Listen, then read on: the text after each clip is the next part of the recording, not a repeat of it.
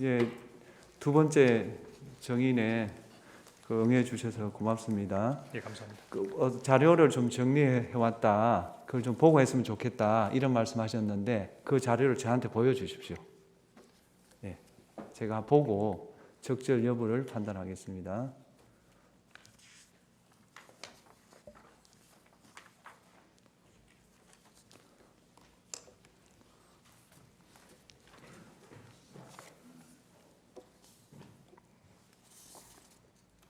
예, 보고 하십시오.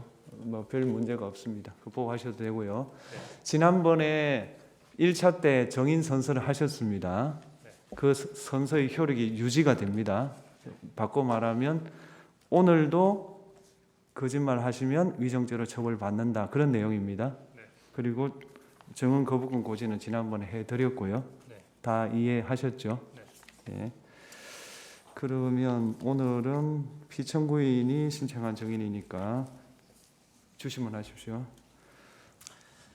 네, 윤갑근 변호사입니다. 증인 12월 3일 20시 22분경 대통령과 통화한 사실이 있죠. 네. 증인이 대통령과 직접 통화한 것은 그때가 처음이죠. 예, 그렇습니다. 그때 대통령과 통화하게 된 것은 조태용 국정원장이 미국 출장으로 잘못 알고 전화를 하게 되었던 것이죠.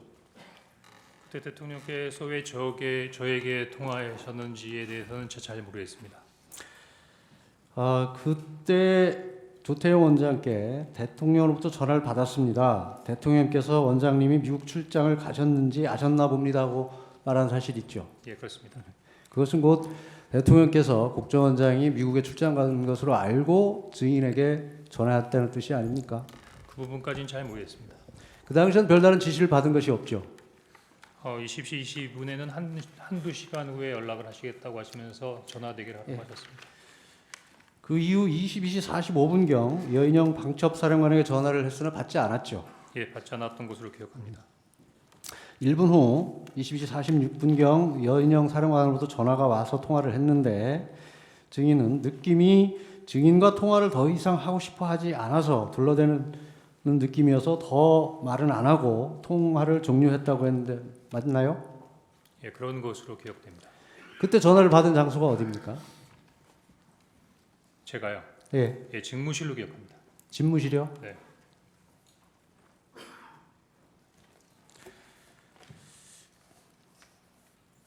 그때도 여인영 사령관이 바쁘게 움직이고 있어서 제 말에 바로 대답을 하지는 않고 여기저기 지시를 하는 것 같아서 상당한 시간 대답을 하지 않다가 상당한 시간 폰만 들고 다른 일을 하고 있는 것 같아서 더 이상 통화가 어렵다고 생각해서 알았어 하고 끊었다고 했는데 맞나요? 그랬던 것 같지는 않습니다. 증인이 검찰 조사에서 그렇게 진술을 했던 것인데 그러면 잘못 얘기한 건가요? 22시 46분에 그렇게 얘기했습니까? 예. 예. 그러면 사실인가요?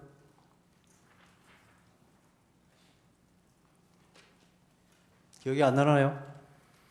22시 46분에 어떤 내용이었다는 부분은 말씀을 드렸는데 상당 시간 대답을 하지 않아서 상당 기간 폰만 들고 다른 일을 하고 있는 것 같아서 더 이상 통화가 어렵다고 생각해서 알아서 하라고 끊은 것 그렇게 얘기한 것 같지는 않은데요.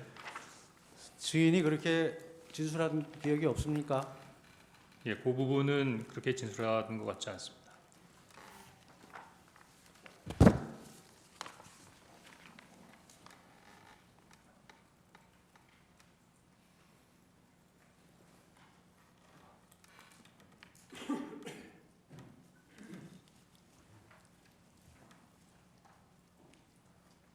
여기 보면 여사람과도 바쁘게 움직이고 있어서 제 말에 바로 대답을 하지는 않고 여기저기 지시를 하는 것 같아서 상당한 시간 대답을 하지 않다가 저 정도의 말만 했고 상당한 시간 폰을 놓고 다른 일을 하고 있는 것 같아서 제가 더 이상 통화하기 어렵다고 생각해서 알았어 하고 끊었습니다. 이렇게 진술했죠? 예, 문건을 보니까 그렇게 진술한 것 같습니다.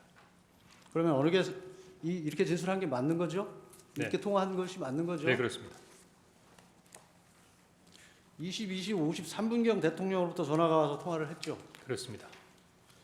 이때는 조태용 국정원장이 국내에 있다는 것을 대통령이 알고 있던 시점이죠.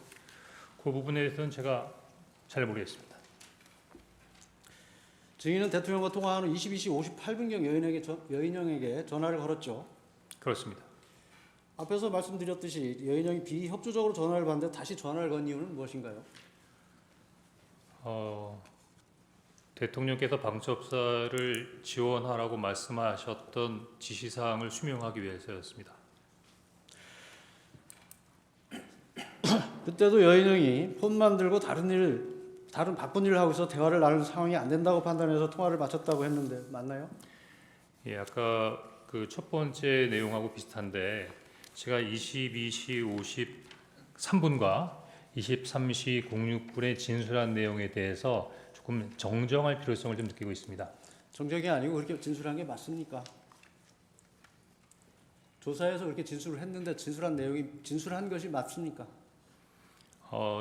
검찰에서는 진술을 했는데 지금 다시 한번 생각해 보니 22시 53분과 23분의 내용이 조금 혼동된 부분이 있어서 정정할 필요가 있다고 말씀드렸던 겁니다.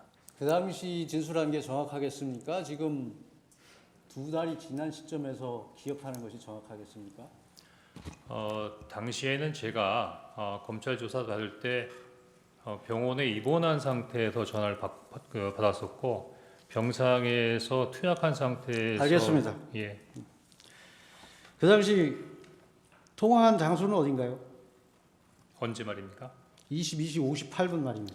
22시 58분에 공관 앞 공터로 기억하고 있습니다. 확실합니까? 예, 그렇게 기억합니다. 사실 23시 6분 여인원과 통화한 사실이 있죠. 그렇습니다. 증인이 전화를 한 것이죠. 그렇습니다.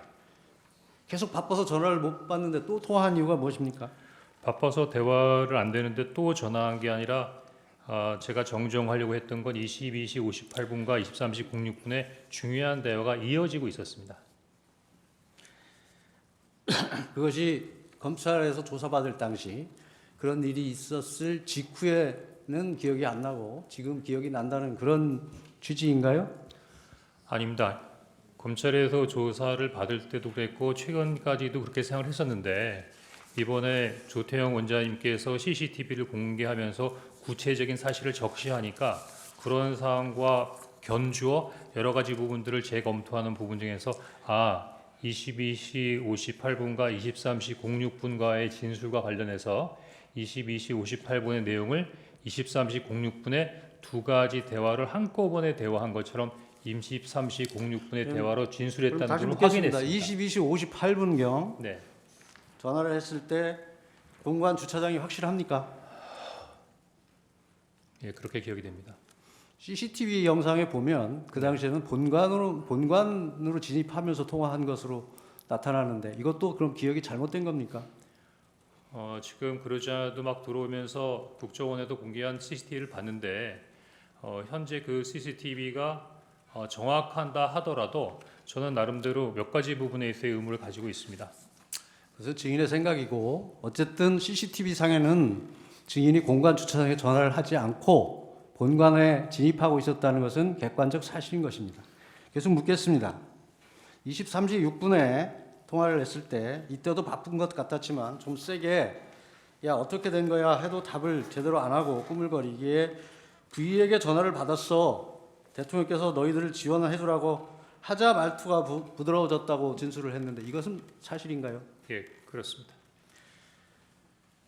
그리고는 국회는 경찰과 협조해서 봉쇄하고 있습니다 하고 좀 뜸을 들이더니 선배님 이걸 도와주세요. 저희 체포조가 나가 있는데 수재 파악이 안 돼요. 명단을 불러드릴게요. 이렇게 했다는데 유현영 사령관이 맞나요? 맞습니다. 그리고 그 명단을 받아 적다가 이거 미친놈이다 하는 생각이 들어서 그 다음은 제대로 적지 않았다고 했는데 이것도 맞나요? 예, 그렇습니다. 그때 불러준 명단이 누군가요? 그때 지금 요거 보고 말씀드려도 됩니까? 기억에 의존해서 말씀하세요. 예, 아니 그거는 봐도 돼요. 네, 메모기 때문에. 예. 그때 제가 아니 그냥 쭉 읽으세요 빨리. 예, 이재명, 우원식, 한동훈, 김민석, 김어준, 조국, 박찬대, 정청래, 김명수, 권순일, 김민웅, 근데 당시에 조혜주라는 이름이 잘 기억이 안 났고요.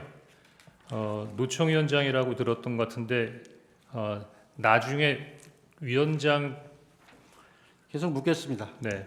그러면 그 당시에 전부 이름을 불러준 것이죠? 직책을 불러준 것은 아니죠? 이름하고 또 간간히 뭐 예를 들면 뭐 노총위원장 이렇게 그 직책도 좀 있었던 것 같습니다. 간간이가 아니고 노총위원장은 직책을 부르는 건 노총위원장 한 명인 건가요? 지금 증인께서 제가 그때 이게 한노총인지 민노총인지 잘 기억이 안 났다고 한번 얘기했던 것 같은데 그러니까 직책은 예. 한노총인지 민노총인지였고 지금 증인이 증언하기를 네. 사람 이름을 또박또박 증언을 하셨지 않습니까? 그게 맞지 않냐는 말이죠. 다시 한번 말씀해 주시겠습니까? 증인이 지금 사람 이름을 얘기했고 네. 직책 얘기는 한노총인지 민노총 위원장만 얘기를 하셨잖아요. 네. 그러니까 다 그때 이름도 얘기했습니다. 이름도 얘기했는데 제가 정확하게 그러니까 직책을 얘기한 건 노총 위원장 뿐이라는 말씀이죠. 아닙니다. 무슨 대법관 이런 얘기도 했습니다. 그러니까 처음에 이재명, 우원식, 한동훈 이렇게 하다가 이름은 그러니까 이유는 잘 모르겠는데 하여튼 본인이 어떤 명단을 읽다가 그렇게 얘기했던 알겠습니다. 것으로 기억합니다. 그리고 여인영 사령관이 계속 1조, 2조 축처 검거 외에 방첩사 구금시설에서 감금 조사를 할 예정입니다. 그리고 지금 제일 급한 게 검거를 위한 위치 추적인데 위치 추적을 부탁드립니다라고 한 것이 맞나요? 그렇게 기억하고 있습니다. 그때 여인영과 통화하면서 메모를 받아 적은 장소가 어딘가요? 제가 검찰 진술을 처음부터 할 때부터 받아 적은 정서를 관저 앞에 있는 공간 공터라고 생각했는데 아까 말씀드린 대로 약간의 기억을 보정해 보니 처음에 여인영 사령관이 저에게 그 체포자 명단을 불러주겠다고 했던 거는 그 공터에 있는 22시 58 상황이었던 것 같고 그 이후에 그 명단을 받아 적은 것은 23시 06분에 사무실이었던 것 같습니다. 12월 3일이면 겨울입니다. 바깥에서 메모를 한다는 것은 극히 이례적이고 추운 상황이었을 수 있습니다. 그것을 장소를 혼동한다는 것은 말이 안 된다고 생각하지 않습니까?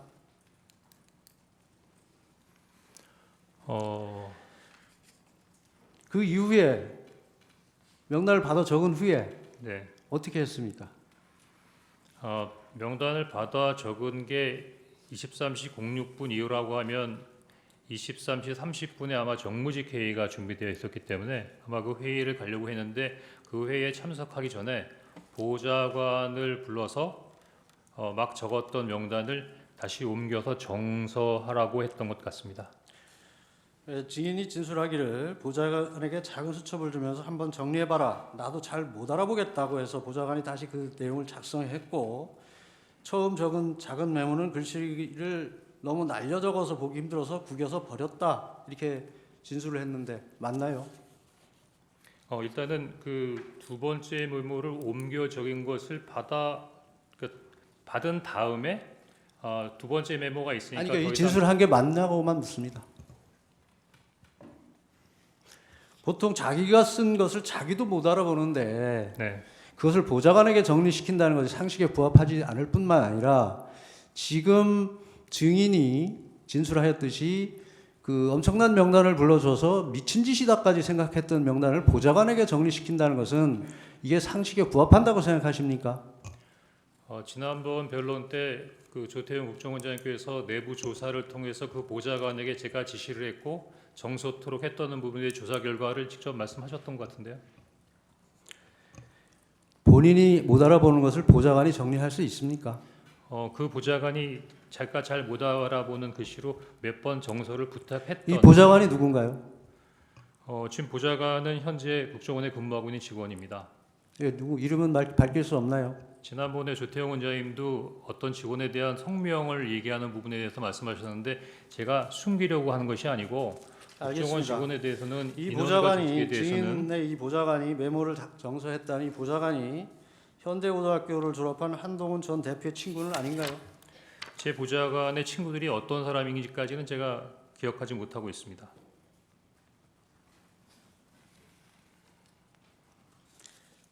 이 메모지 보시죠. 네, 이 메모지 증인이 12월 11일 검찰 조사를 받으면서 제출한 거 맞죠? 예, 맞는 것 같습니다. 잠시만요.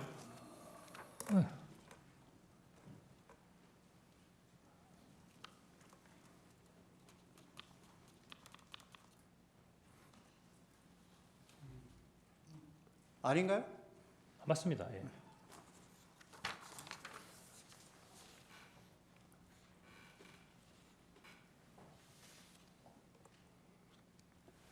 이 메모지가 아까 그 메모지와 동일한 건가요? 예, 메모지는 동일한 겁니다. 이게 그 정서했다는 그 메모지인가요? 정서를 보좌관이 두 번에 걸쳐서 했습니다. 그러니까 한 번, 두 번, 두 번째 정서를 했던 세 번째 메모였던 것 같습니다. 두 번째 정서했던 메모지입니까? 네, 그렇습니다. 세 번째 메모지는 어디가 있습니까? 이게 세 번째 메모지입니다. 그럼 두 번째 메모지는 어디 있습니까? 그러자도 그래서 재판관님께 그걸 말씀을 주셨는데 요 내용을 아까 말씀하신 대로 여기다가 좀 같이 보여놓고 얘기를 해도 됩니까? 네, 해보세요. 예, 계속 묻겠습니다. 예, 이 메모지는 증인이 받아 쓴 것을 보좌관이 정서한 거라고 했죠. 네, 증인은 전에 증언에서 정서로 되어 있는 대상자들의 글자는 보좌관의 글씨고 밑에 막 흘려 써 있는 글씨체가 증인의 글씨체이며 증인이 왼손잡이라서 조금 흘려 쓰는 부분이라 상대방들이 좀 알아보기 어렵다고 했는데 메모에 있는 증인의 글씨는 왼손으로 작성한 게 맞나요? 아닙니다. 그때 그러면 지난번에 증언은 위증한 것이네요. 아니 외증한 것이 아니고 다소 와전됐다고 생각이 되는데 아, 와전이 아니고 제가 그렇게 왜- 증언을 했습니다. 왼손으로 아니 저도 썼다고. 지난번에 했던 CCTV를 봤는데 그렇게 왼손으로 썼다 이렇게 얘기하지 않았습니다. 왼손잡이가 써서 글이 흘렀다 했는데 제가 왼손잡이인데 오른손으로 글을 쓰니까 원래 왼손잡이가 오른손으로 글을 쓰니까 글이 악필이다 그 말씀을 설명드렸던 겁니다.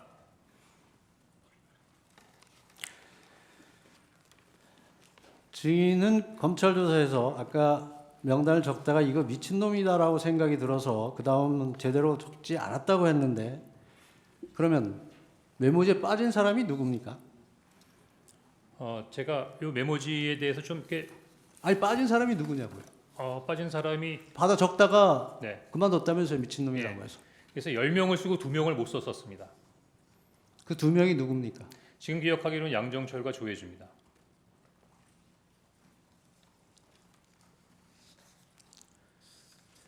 이 메모지에서 증인이 직접 작성한 부분은 이 파란색 그거 좀 띄워주시죠.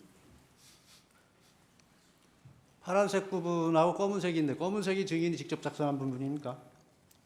그 보좌관이 파란색으로 적어온 메모지에 제가 그 위에 가피를 한 것입니다. 그러면 보좌관이 정서를 하는데 왼쪽에도 권순일이 있었고 오른쪽에도 권순일이 있습니다. 이게 왜 이렇게 됐죠? 이미 잘 아시겠지만 제가 그 첫 번째 쓴 메모를 정서해서 그러면서 야, 이거 잘 모르는 사람들이 있다라고 했더니 그 두 번째 메모는 이름에다가 인적 사항을 부기해서 가지고 아니 왔었습니다. 그런 것이 아니고 그래서 보고 그- 증인이 작성한 메모를 보고 정서를 한다면 네, 왼쪽에도 권순일 이름이 예, 있고 그게 두 번째 메모입니다. 그러면 예, 증인이 권순일 이름을 두 번 적었던 것을 보고 뺏긴 겁니까? 아닙니다.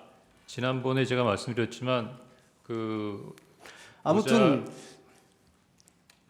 문서를 보고 정서하는 사람 입장에서는 앞에 것을 그대로 옮겨 적는 것입니다.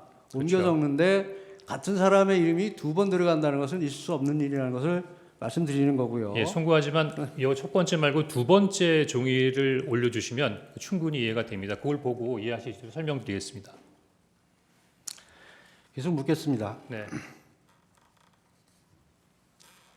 여기 계속 아까 이름을 불러줬다고 했는데 네, 이 메모지에 보면 이 메모지 좀 띄워주시죠. 이 딴지일보가 있습니다.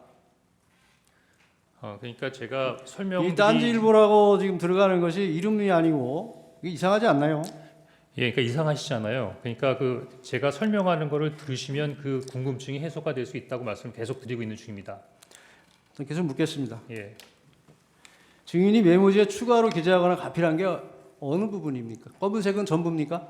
지금 까만색으로 되어 있는 글 비슷하게 흘려 쓴 글씨 그게 다 제 거라고 생각하시면 되겠습니다.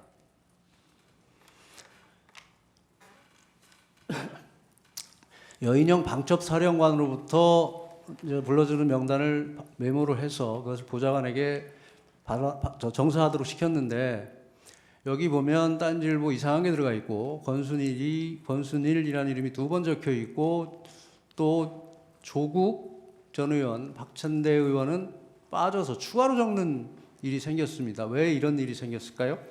이것이 첫 번째 메모를 바로 옮겨 적은 것이 아니고 제가 말씀드린 대로 자세하게 인적 사항이 부기가 되어 있는 두 번째 메모가 있었다고 말씀을 드렸고요. 요거는 보좌관이 두 번째로 적었던데 기존에 있는 명단을 그대로 보고 적은 게 아니라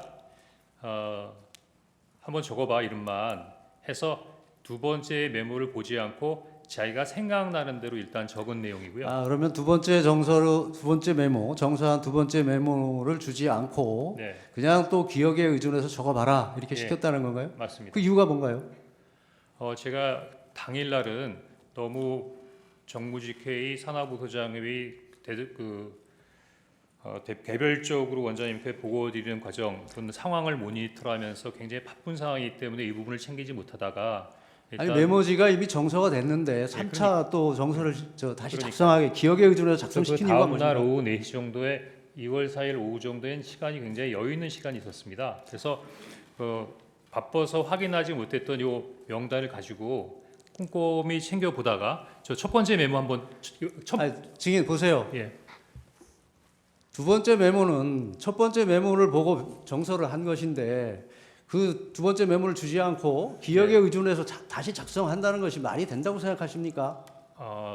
그게 시간이 있어서 했다는 게 그게 지금 이유가 된다고 생각하시나요? 제가 아까 말씀드린 대로 10명의 명단을 받았고 2명은 굉장히 좀 약간 어떤 사람일까라는 부분에 대해 궁금함이 있었고 계속 이게 묻겠습니다. 12명이 아니라 예. 한두 사람 정도가 더 있을 거라고 하는 굉장히 궁금증이 있는 상태에서 저 혼자 어떻게 해결이 안 되는데 그래도 첫 번째 메모를 봤던 저 친구가 좀 뭔가를 기억해. 그 당시에 이미 첫 번째 메모는 폐기한 상태였죠. 그렇죠. 그러니까 전부 예. 저 메모는 예. 보좌관의 기억에 의존해서 작성한 거네요. 아닙니다. 두 번째 메모를 보고 쓴 겁니다. 물론 제가 두 번째 두 메모에서 세 번째 번째로 메모를 준 게 아니고 기억에 의존해서 작성하라고 했다면서요. 그건 세 번째 메모죠. 두 번째 메모했는데 세 번째 메모지입니다. 그래서 제가 그걸 계속 한번 묻겠습니다. 이 메모지에 동그라미 친 부분은 무슨 의미인가요? 제가 아마 민주당 의원님들이 이렇게 있다라는 생각으로 동그라미를 친 것 같은데요. 지금 생각해 보니까 의원들만 동그라미를 친 건가요? 기억이 안 나나요? 아마 그랬던 것 같습니다.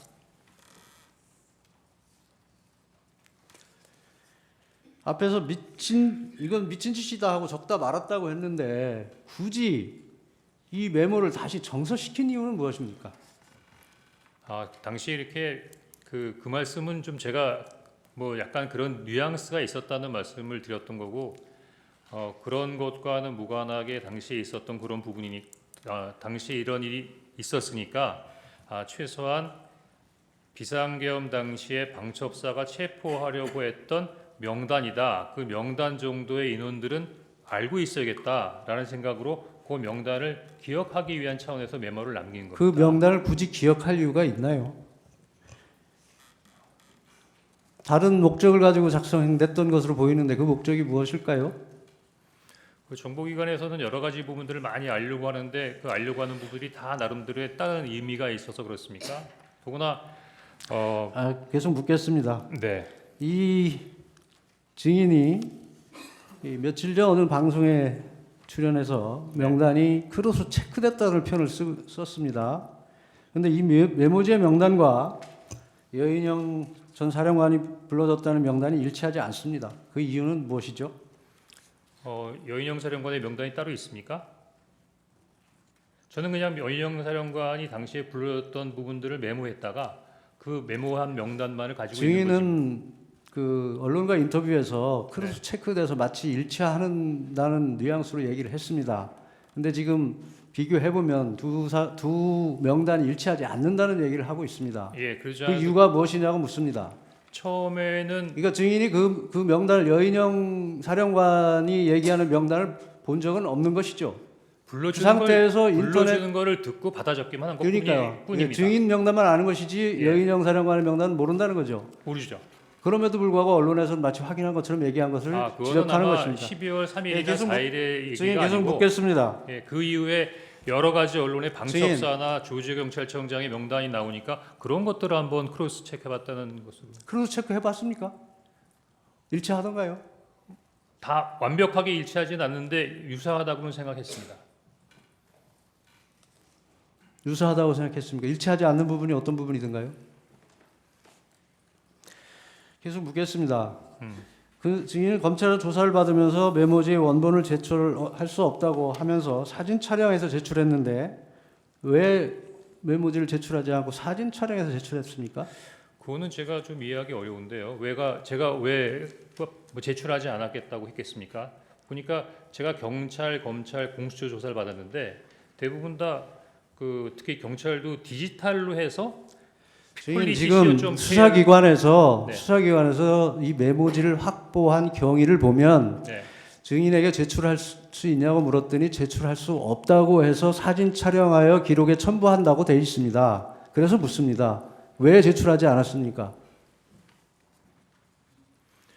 12월 12일 날 검찰하고 공주처에서 받을 때 굳이 안 된다고 얘기했던 기억은 잘 안 나는데. 그런가요? 네. 꼭 보여드려야 예, 되나요? 보여주십시오. 예. 분명히 수사기관에서 제출할 수 없다고 해서 사진 촬영해서 첨부했습니다. 원본은 지금도 가지고 있나요? 예, 원본은 가지고 있습니다.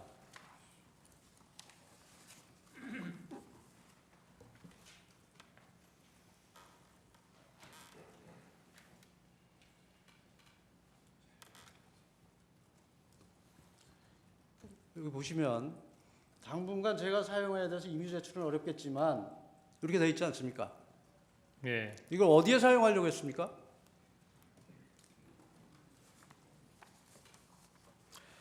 메모지 우측 상단에 네. 14명, 16명은 증인이 기재한 거죠. 네, 그렇습니다. 언제 기재한 건가요? 다른 검정색 가필 할 때 같이 기재했던 그때 것 같이 같습니다. 한 건가요? 네. 여기 지금 화살표를 보면 양쪽으로 화살표가 보입니다. 네. 이 화살표는 무슨 뜻이죠? 제가 처음에 기억할 때 10명의 명단을 정확하게 기재를 했고 2명은 누가 잘 모른다고 했는데 그 모르는 사람 중에 한 사람이 선관위 관계자였다. 그래서 그 전 선관위 관계자 2명인데 그 2명 중에 한 사람이 권순이다라는 의미로 거기다가 그 화살표를 해놨던 것 같습니다. 이 검찰에 이 원본을 제출하지 않은 이유가 네. 위치 확인 지원이나 정치적 활용 목적으로 또는 민주당에 제공하기 위한 목적은 아니었나요? 12월 11일이면 벌써 12월 6일 날 정보위원장 면담을 통해서 관련된 사항들이 다 나온 부분이기 때문에 그 이후에 이걸 활용한다고 해서 무슨 다른 도움이 이 됐을까요? 명단에 보면 지금 증인은 10명이라고 했는데 12명이고 네. 지금 저 화살표를 보면 네. 위에 두 직책이 권순일 전 대법관이라는 의미로 보입니다. 네. 그런데도 불구하고 위에 14명, 16명이라고 적은 것은 무슨 이유일까요?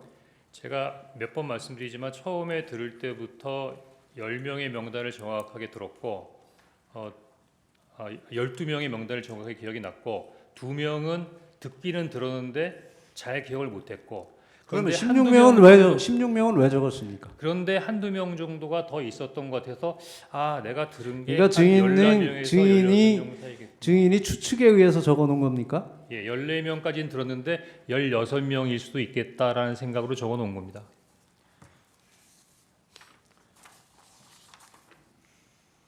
아까 검찰에 제출한 거 보면 16명을 지웠습니다. 그렇습니다. 왜 지웠나요? 12월 11일 검찰 조사를 받으면서 검사에게 관련 메모에 대해서 설명을 요구했습니다. 그래서 그러면 쭉 지운 것이 검찰에서 조사 받으면서 지운 건가요? 그렇습니다. 그때 검사가 14명입니까? 16명이라서 제가 16명을 14명입니다. 증인은 이 메모지를 민주당 박선원 의원에게 제공한 사실이 있나요? 예, 제공한 사실이 있습니다. 지난길 법정에서 소추인 측 대리인이 물었을 때 박선원 의원이 며칠 뒤에 따로 연락하여 내가 설명을 못 들었으니 한 번 더 설명을 해달라고 해서 증인이 가지고 있던 메모를 박선원 의원의 휴대전화로 찍은 것이라고 했는데 맞나요? 제가 12월 9일부터 한 일주일 이상 병원에 입원해 있는 상황이 있기 때문에 뭐 누구를 만날 수 있는 상황이 아니었고요. 그러면 박선원 의원이 증인이 입원해 있는 병원에 와서 자신의 박선원 의원 핸드폰으로 찍어간 거 맞나요? 아닙니다. 통화를 한 적이 없고 아마 저한테 카톡을 했던 것 같습니다. 그럼 이 사진은 언제 전달했습니까? 제가 기억하기로는 검찰 조사를 받기 직전이었던 것 같습니다. 그러면 어떤 방법으로 카톡으로 보냈습니다. 카톡으로 예. 보낸 것입니까? 전송해줬다는 말인가요? 그렇습니다. 예. 이 메모지를 보면 이 어디 바닥에 놓고 찍은 것 같습니다. 네. 이 매트리스 같은데 이 사진 찍은 장소가 어딘가요? 저희 집입니다. 집에서 찍으신 건가요? 네. 저희 집에 강아지가 있는데요. 그 강아지가 미끄러지지 말라고 요 밑에 고무 같은 패딩을 바닥에 깔아놨기 때문에 아마 그것으로 보입니다. 무늬로 봐서. 제 주신 분 때 또 하겠습니다. 네. 반드시 문하시죠.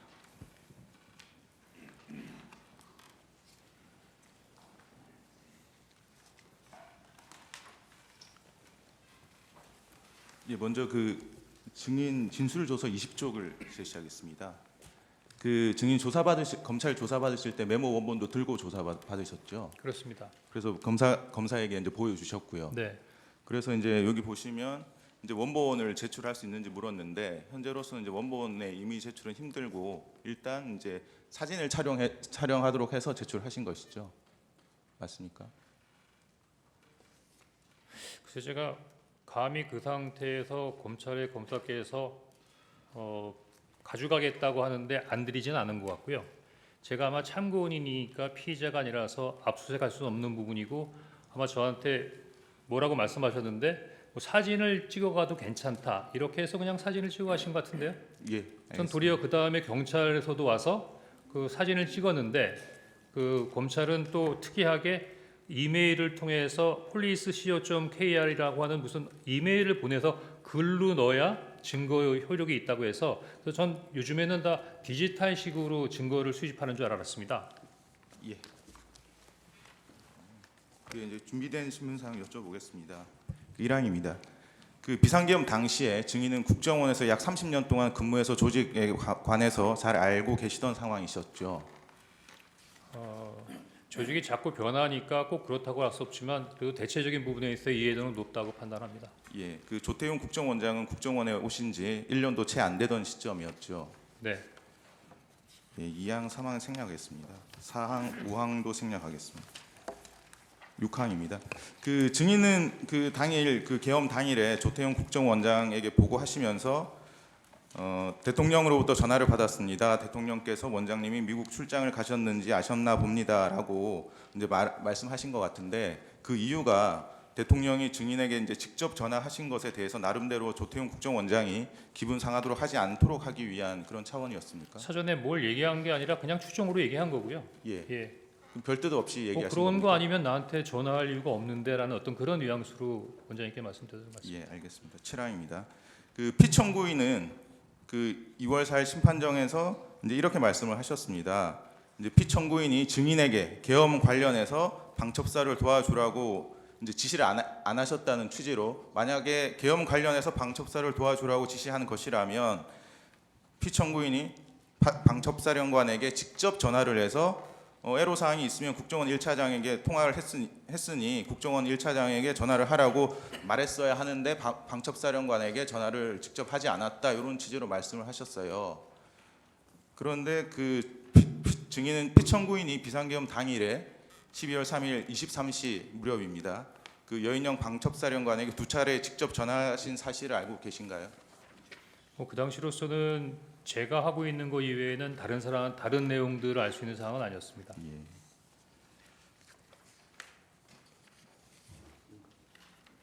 예, 제시는 생략하겠습니다. 그 여인영 사령관은 검찰 조사에서 이제 피청구인이 계엄 선포 이후 2번 정도 여인영에게 전화를 했고 오후 11시 조금 넘어서인 것 같다 이렇게 진술을 했습니다.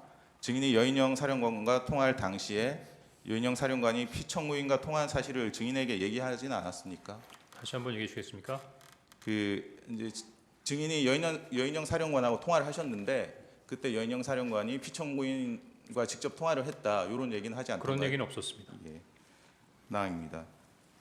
이 나항은 생략하고요. 뒷 질문만 물어보겠습니다. 그 여인영 사령관은 피청구 이렇게 진술을 합니다. 보여드리겠습니다. 그 갑제 49호 중에 15 여인영 피신 조서 44쪽입니다. 여기 보시면 여인영 사령관은 피청구인과 두 번째 전화를 한 내용에 관해서 출동 준비 중이다 이런 얘기를 드렸던 것 같습니다. 이렇게 진술을 했습니다. 여기서 출동의 의미는 여인영이 증인에게 말한 체포조 출동을 말하는 것으로 보이는데 어떻습니까?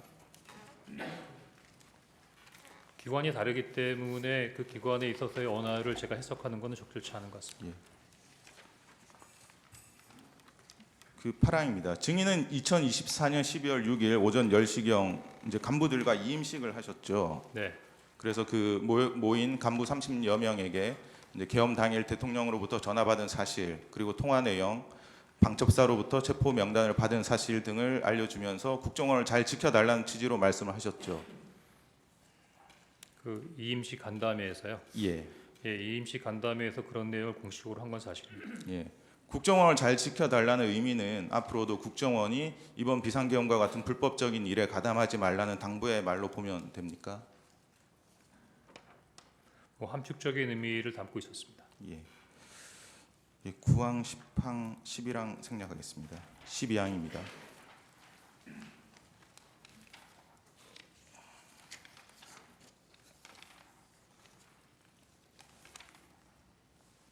일제 171호 중에 1 메모를 제시하겠습니다. 그 증인 아까 이제 말씀할 기회가 없으셨던 것 같은데 이 메모의 작성 경위에 대해서 간략하게 설명을 해주실 수 있으십니까? 예, 시간을 주신다면 말씀드리겠습니다. 예. 제가 전달했던 첫 번째 거를 올려주시고요.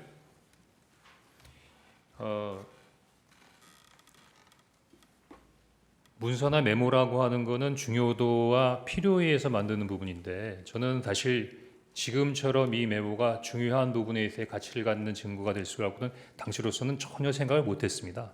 다만 당시로서는 더구나 비상계엄이 해제된 이후이지만 또 방첩사에서 비상계엄의 기간 동안에 왜 이런 사람들을 체포하려고 했을까라는 궁금증이 있었고 지금 당장은 어떻게 모르지만 이런 명단들에 대해서 좀 관심을 가져봐야겠다는 생각이기 때문에 나름대로 메모를 해서 이름들을 잊어먹지 않기 위해서 만들어 놓은 겁니다.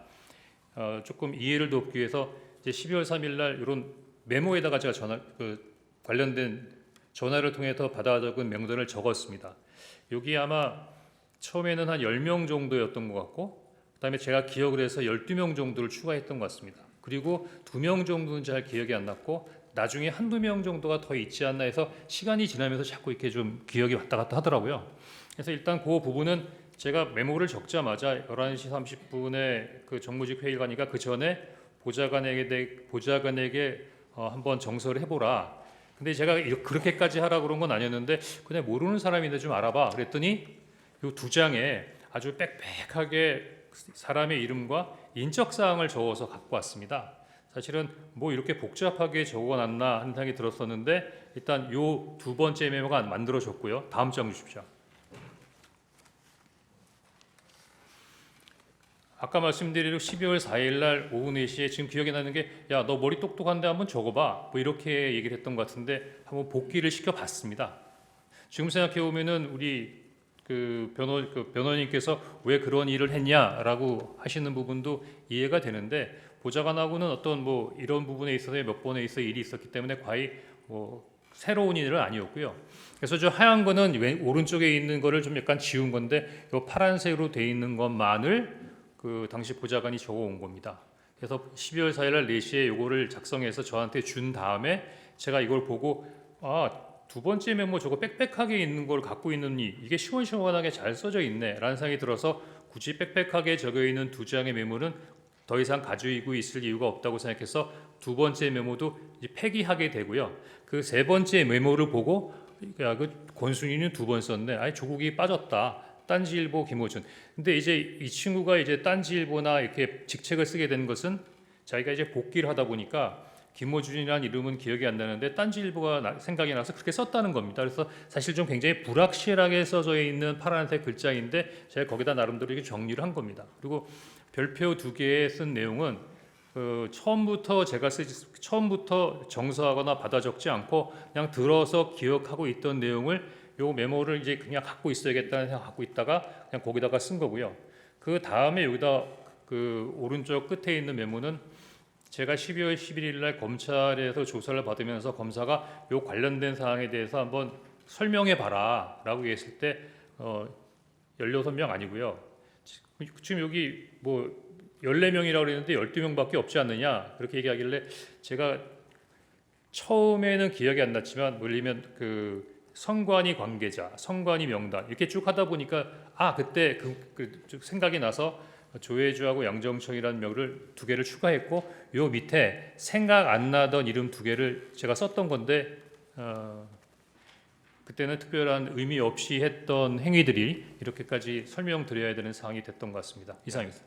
그 12월 4일 그 이제 가필하신 부분, 이제 파란색 부분은 보좌관의 글씨고요. 네, 그 아래쪽에 이제 축차 검거, 뭐 위치 추적, 감금 조사 이런 부분은 증인이 12월 4일 날 오후에 보좌관이 그 기억나는 대로 쓰신 이후에 12월 4일에 그렇습니다. 가필하신 건가요? 예, 그 증인은 이 심판정에서뿐만 아니라 여러 수사기관에서 이 메모가 보좌관에게 명단을 다시 쓰게 해서 작성한 것이라고 일관되게 진술을 하셨죠. 그렇습니다. 예. 그 갑제 49호 중에 15 여인형 피신조서 15, 16, 18쪽을 제시하겠습니다. 그 여인형 사령관은 검찰 조사에서 체포자 명단이 언론에 보도된 14명이 맞을 것 같다라고 진술을 하셨고요.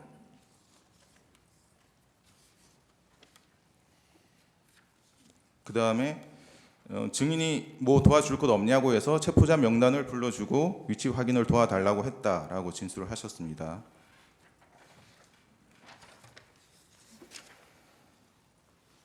그리고 홍장원에게 요청한 위치 추적 대상자가 조지호 경찰청장에게 요청한 위치 추적 대상자와 동일한 것 같다라고 진술을 하셨습니다. 그래서 여인형 사령관의 진술은 이제 증인의 증언, 여인형으로부터 체포 대상자에 대한 위치 추적을 요청받았다라는 내용과 증인이 작성한 메모의 내용과 일치하는 것으로 보이죠. 그런 것 같습니다.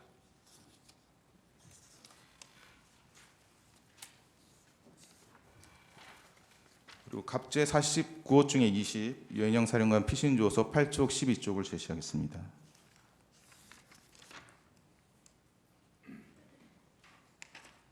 여인형 사령관 휴대전화 포렌식 결과인데요. 그 2024년 10월 27일 이런 메모가 있습니다. 포고령 위반, 최우선 검거 및 압수수색, 휴대폰 사무실 자택 주소 확인, 행정망, 경찰망, 건강보험 등이라는 메모가 발견됐고요. 그리고 2024년 11월 9일에 이미 계엄 당일에 체포 명단과 거의 동일한 이재명, 조국, 한동훈, 정청래, 김민석, 우원식, 이하경, 박찬대, 김민웅, 양경수, 최재형, 김어준, 양정철, 조혜주 등 14명의 명단이 이미 작성되어 있었던 메모가 발견되었습니다. 지금 이런 사실은 모르셨죠? 제가 들었던 이야기 이외에 다른 부분에 대해서는 일체의 정보가 없었습니다. 예, 14항입니다. 그 갑제 45호증의 10 조지호 청장의 피신 2회 피신조서 28, 30쪽을 제시하겠습니다. 그 조지호 청장은 이제 여인형 사령관과 두 차례 통화를 했는데 첫 번째 통화는 22시 30분에서 22시 40분경 사이였다. 첫 번째 통화에서 안보 수사요원 100명을 지원해 달라. 그리고 두 번째로 선관위에 우리가 들어갈 것이다라고 했고, 세 번째로 이제 메모를 좀 해달라고 하면서 사람 이름을 불러줬는데 총 15명이라고 했다. 이재명, 우원식, 박찬대, 정청래, 김명수, 권순일이라고 했고, 이제 김동현이라고 들어서 경기도지사인 줄 알았는데 누구냐고 물어보니 김동현이라고 이재명 무죄 선고한 판사라고 했다.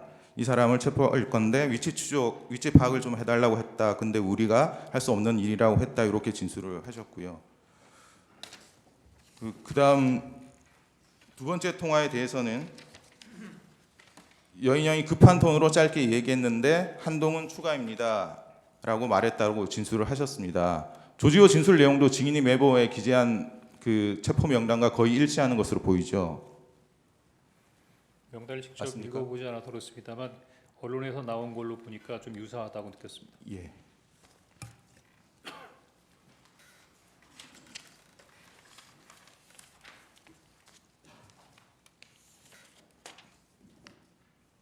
다시 171호증의 1 메모를 제시하겠습니다. 여기 이제 증인 보시면 14명, 16명이라고 기재되어 있는데 이 부분은 체포 대상자 인원수를 기재한 것인가요? 그렇습니다. 인원수를 이렇게 그러니까 체포 대상자라고 불러줬던 명단의 인원수를 예. 14명에서 16명 정도가 되겠다라고 기억해서 적어놓은 것입니다. 예. 그 16명 밑에는 밑줄이 있는데 이건 어떤 취지로 그으신 건가요? 16명까지일까? 예. 그 이제 기재한 인원은 12명으로 보이는데 나머지 2명 혹은 4명은 기억이 나지 않아서 이제 못 적으셨다는 것이죠. 제가 그 12월 6일 날 이 얘기할 때부터 2명이 기억이 안 나더라고요. 예. 근데 한 사람은 성관이 관계자라고 했고 한 사람은 아마 양 뭐라고 들었던 것까지는 기억이 난다고 하는데 누굴까 한동안 기억을 못했던 것 같습니다. 15항입니다. 그 갑제 49호 중에 15 여인형 피신조서 15쪽 16쪽을 제시하겠습니다.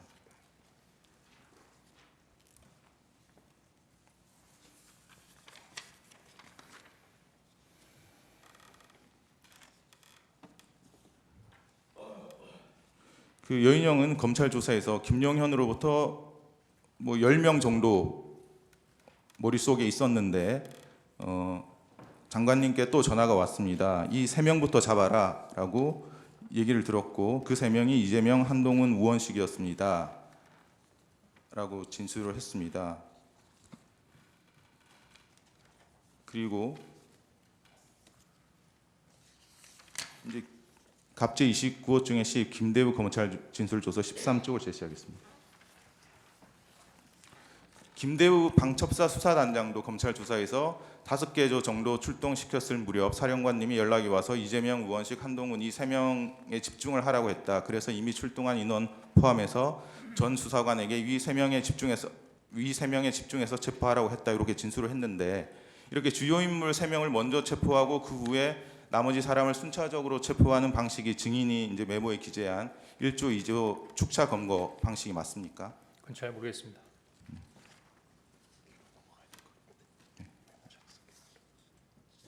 이제 16항 생략하겠습니다. 18항도 생략하고요.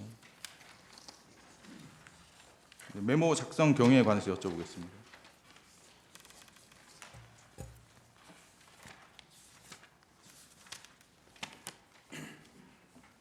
그 19항입니다. 그 조선일보 등 일부 언론 보도를 보면 증인이 국정원장 공간 앞 공터에서 메모를 작성을 했다면 피청구인과의 22시 53분경 이제 통화 이전에 메모를 작성했을 가능성이 있다. 이런 주장이 있습니다.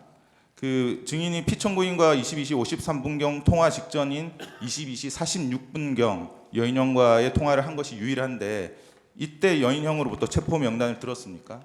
아닙니다. 가항은 답이나 생략하고요.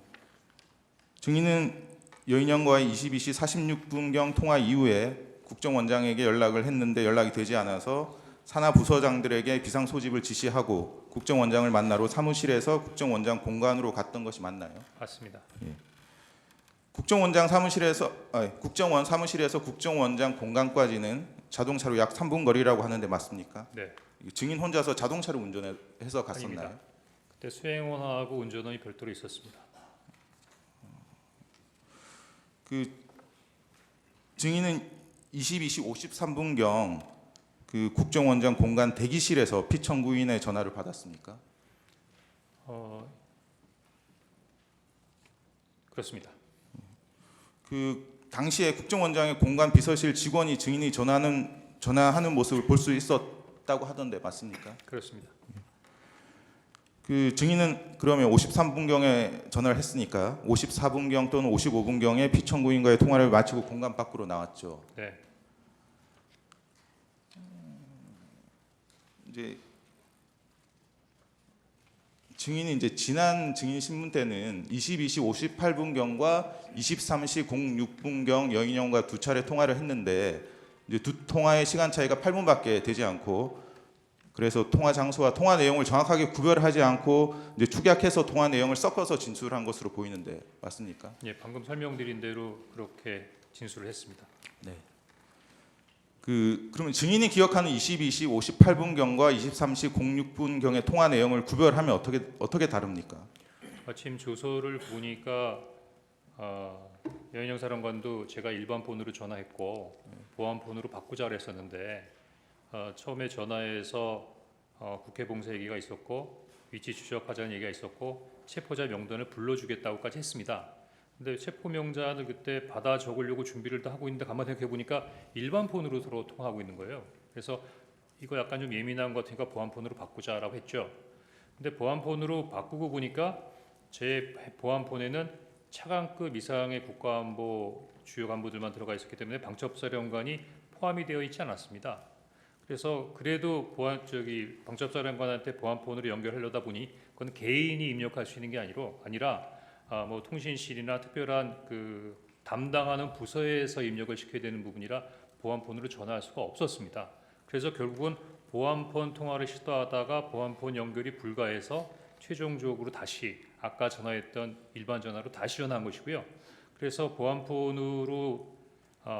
보안폰이 연결이 안 된다. 그래서 사람을 보내라 이렇게 된 거고 지금 바빠서 사람을 보낼 수 없다고 해서 그냥 불러주는 명단을 그때부터 받아줬게 된 거였습니다. 그러니까 22시 58분경에는 이제 네. 보안폰으로 연결까지 하려다가 안 돼서 안 됐고. 이제 사무실로 이제 복귀를 하셨고 그렇습니다. 사무실로 복귀하신 이후에 예. 23시 06분경 이제 통화를 다시 여인영 사령관과 해서 체포 명단을 들으셨다는 말씀이시죠? 예, 그렇게 기억됩니다. 예. 23항입니다. 좀 바꿔서 물어보겠습니다. 그 언론 보도 등에 따르면 증인이 이제 CCTV에 22시 58분경에 이제 본청으로 뭐 들어가는 모습이 찍혔다 이런 보도가 있는데 그 증인이 기억하는 22시 58분경의 장소는 국정원장 공간 공터라는 말씀이시죠? 그렇습니다. 그 보통 CCTV에 표시되는 시각은 보통 실제 시각과 맞지 않고 적게는 수십 초에서 많게는 수십 분까지 오차가 있을 수 있어서 반드시 시간 보정을 해야 되는데 증인이 이런 사실을 알고 있습니까? 네, 알고 있습니다. 그 증인이 모습이 찍혔다는 CCTV 촬영 시각이 실제 시각과 오차가 정확하게 얼마나 보정되었는지 전혀 이제 확인되지 않은 것으로 보이는데 그럼 뭐 보정이 됐다 이런 얘기 못 들어보셨죠? 그런 얘기는 못 들어봤습니다. 예. 그리고 국정원은 CCTV 일부 정보만 선별적으로 공개하고 있고 증인이 CCTV상 언제 어디서 통화하는 모습이 찍혔는지에 대해서 전혀 밝히지 않고 있죠. 네,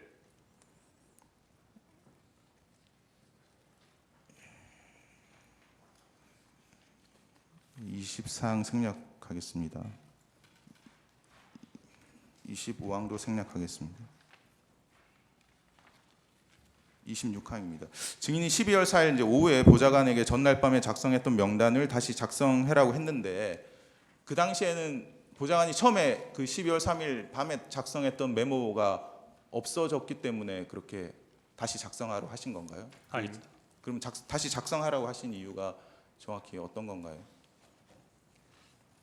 12월 4일 오후에 그 명단을 쭉 보고 있으니까 계속 그 두 명이 생각이 안 났던 부분이 머리를 맴돌았고 한두 명 정도가 더 있을 텐데라는 생각이 들었는데 다시 여인영 사령한테 물어볼 수 있는 상황은 아니었기 때문에 혼자서 이렇게 할까 저렇게 할까 하다가 뭐 특별한 의미는 없지만 보좌관에게 야 너 머리 좋으니까 뭐 다시 써봐라 하고 얘기를 했고 사람이 어떤 일을 할 때 꼭 한 가지 이유로만 얘기하지 않지 않습니까? 사실은 첫 번째 메모를 그 두 장으로 나눠서 써온데 사람 이름에 가로 열고 뭐뭐뭐 해갖고서는 아주 빽빽하게 해놔서 어떻게 보면 보기가 어려울 정도로 복잡한 메모라 이거 버리고 새로 써야겠다는 생각을 했었는데 마침 이제 보좌관이 들어오길래 너 머리 좋으니까 한번 이름만 다시 한번 시원시원하게 써봐. 하여튼 뭐 이런 식으로 얘기를 했던 것 같습니다. 예. 그래서 그 파란색 볼펜으로 이렇게 이름하고 본인이 기억하려다가 기억하지 못한 부분을 직책으로 해서 이렇게 한 10명 정도를 기억해서 썼던 것 같습니다.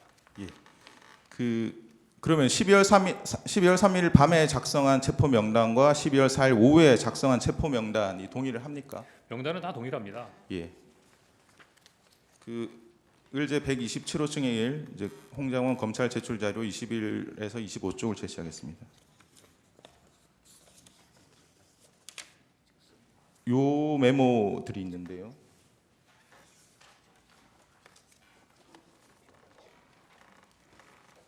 이제 요 메모들도 증인이 검찰에 제출하신 메모들이죠.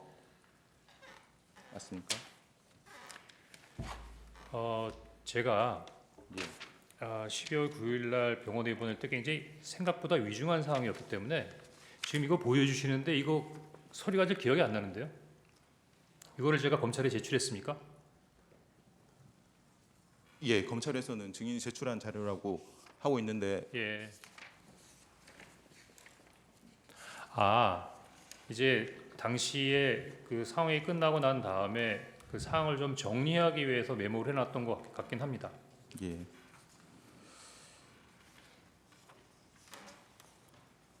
이거 기억났습니다.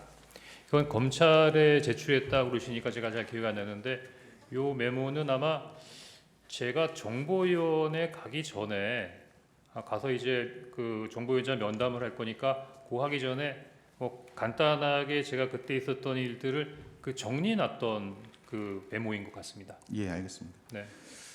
34만까지 생략하고요. 34항입니다. 그 증인은 계엄 선포 이전에 신성범 정보위원장과 여러 차례 통화를 한 내역이 있는데 어떤 대화를 나누셨습니까? 신성범 정보위원장하고 양당 간사하고는 자주 통화를 했습니다. 뭐 예를 들면 그 신문에 어떤 내용이 나면 또는 뭐 해외 관련된 사항이 나면 뭐 그 부분에 대해서 묻기도 했고요. 그리고 꼭 업무적인 부분이 아니라 개인적으로도 종종 시간이 지나니까 좀 친하게 통화할 수 있는 사이였기 때문에 종종 통화를 했던 것 같습니다. 예. 그 36항입니다. 자꾸 이제 피청구인 측에서는 박선원 의원과 이제 증인이 연락한 것에 대해서 문제를 삼고 있는데 그 계엄 당일 12월 4일 자정 무렵에 박선원 의원으로부터 카카오톡으로 이게 무슨 일입니까라는 메시지를 받고 한 2시간 지나서 저도 TV만 보고 있습니다라고 답장을 이제 보내셨고 박선원 의원이 그러셔야 합니다라고 보내신 적은 있으시죠? 예, 있습니다. 그게 답니다. 그 대화 말고 다른 대화가 있었습니까? 다른 대화는 없었죠. 언제 말입니까? 그 계엄 당일. 개명 당일은 전화 통화한 적 없을 겁니다. 예. 37항입니다. 그 조태용 국정원장의 이제 통화 내용을 보면 신성범 정보위원장, 성일종 국방위원장과 통화한 내역이 많이 있는데 이제 국정원장과 국정원 1차장 등 이제 국정원 정무직들이 정보위원회, 국방위원회 위원장, 여당 간사, 여당 야당 간사들과 연락하는 것이 뭐 특별히 이례적인 일은 아니죠. 네, 그렇게 생각합니다. 그 이제 피청구인 측에서는 이제 증인이 계속 야당 쪽과 연락한 것을 이제 이상하게 탄핵 공작이다 이렇게 주장을 하고 있는데 그 조태용 국정원장의 통화 내역을 보면 의뢰 133호증입니다. 그 계엄 전날 12월 2일 17시 51분 경에 이제 영부인과 문자 메시지도 주고받고요. 그리고 계엄 당일인 12월 3일 오전 09시 49분 경에도 메시지를 주고받습니다. 그 이례적인 것으로 치자면 국정원장이 영부인과 업무적이든 사적이든 연락을 주고받는 것이 훨씬 더 이례적인 일 아닙니까? 제가 평가할 사항은 아닌 것 같습니다. 예. 또 피청구인 측에서는 이제 증인이 인사청탁을 했다 이렇게 주장하고 있는 사실 알고 계시죠? 사실무근입니다. 그 증인 김상민 국정원장 법률특보 아시나요? 예, 본 적 있습니다. 그 김상민 법률특보의 임명 경위에 대해서 알고 계십니까? 법조계 인물이기 때문에 오셨다? 뭐 이렇게 정도만 알고 있습니다. 그 증인이 해임 통보를 받으신 게 12월 5일 한 4시경입니까? 네. 그 조태용 국정원장 통화 내역 보면 김상민 법률특보와 12월 5일 이렇게 15시 41분, 16시 48분, 17시 34분, 17시 49분 이렇게 네 차례 이제 통화를 주고받은 내역이 있습니다. 마침 이때가 이제 증인의 경질 통보를 받은 그 시점인 것 같은데요.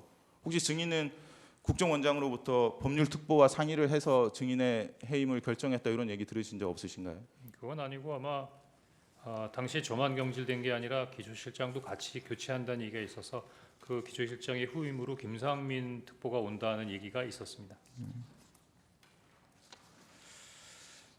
예, 39항은 지난번 증인 신문에 했었는데 질문을 안 한 내용이어서 좀 여쭤보겠습니다. 그 증인 국정원이 이제 수사권은 없어졌지만 북한에 관한 정보, 방첩에 관한 정보, 간첩이나 국가 안보 침해에 관한 정보를 수집하고 배포하는 국정원의 역할은 변경되지 않았죠. 네. 그리고 그 국정원은 국정원법에 따라서 국가안보와 국익에 반한 활동을 하는 내국인을 발견하고 추적하는 체계와 시스템도 갖춰놓고 있죠.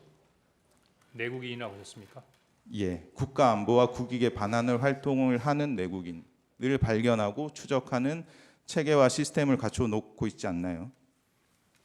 예, 반국가적인 부분이라면은 안보수사국에서 그런 부분들에 대한 추적 활동을 할 것으로 생각됩니다.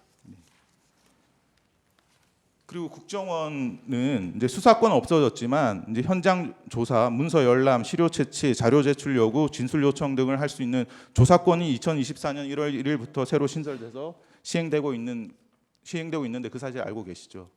예, 조사권은 있다고 알고 있습니다. 네. 예, 추가 신문하십시오.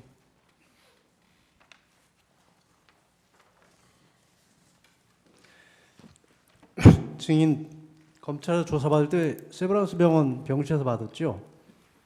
예, 강남 세브란스 병원에서 조사받았습니다. 그 입원 기간이 어떻게 되나요? 며칠부터 며칠까지 입원했었나요? 한 7, 8일 정도 되는 것 같습니다. 일단 입원은 9일 날 했고 예, 한 7일, 8일, 9일, 한 9일 정도 된 것 같습니다. 한 18일까지 입원하셨나요? 그거는 지금 제가 기억 못하겠습니다. 정확하게 한 한 그 9일 정도 된다고는 정도, 예. 말씀드리겠습니다. 증인이 그 아까 메모지 이것을 박선원 의원에게 카카오톡을 보내줬다고 했죠? 네. 그게 언제쯤인가요? 제가 검찰 조사를 받기 전이니까 제가 검찰 조사를 12월 11일에 받았거든요. 그 직전인 것 같습니다. 왜냐하면 병원에 있을 때였고 박선원 병원에 의원이 있을 때인데 아까 사진은 집에 있는 강아지 매트리스에서 찍은 것으로 돼 있는데 그럼 날짜가 맞지 않는데요? 그건 그 전에 그건 그 전에 찍어서 제 그 그 전에 사진으로 갖고 있었던 것 같습니다. 그 전에 찍어서 미리 갖고 있었습니까? 네. 무슨 이유로 그 사진을 찍어서 가지고 있었죠? 12월 6일 날 그 정보에 갔다 온 이후에 요 사항들을 다 찢어버릴까 했거든요. 다 없애버릴까. 근데 결과적으로 없애지도 않았고 사진만 네. 찍어 놓은 거네요. 그렇습니다. 그럼 사진을 여러 군데 지금 보낸 적이 있습니까? 없습니다. 박선원 의원은 12월 11일 국회 본회의와 12월 12일 김어준의 유수공장에 출연해서 이 메모의 작성 경위에 대하여 증인이 여인형과 통화를 하는데 증인이 불러주는 것을 보좌관이 받았어서 파란 글씨가 보좌관의 것이라고 했습니다. 이것은 증인이 알려준 내용인가요?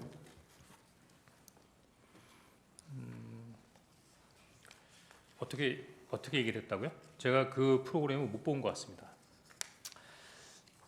증인은 보좌관에게 정서시켰다고 했고 네. 박선원 의원은 네. 증인이 불러주는 것을 보좌관이 받았었다고 했습니다. 예. 계속 묻겠습니다. 예. 이 메모가 증인이 12월 6일 정부에 출석과 진술했을 때 이미 있었던 것은 맞죠?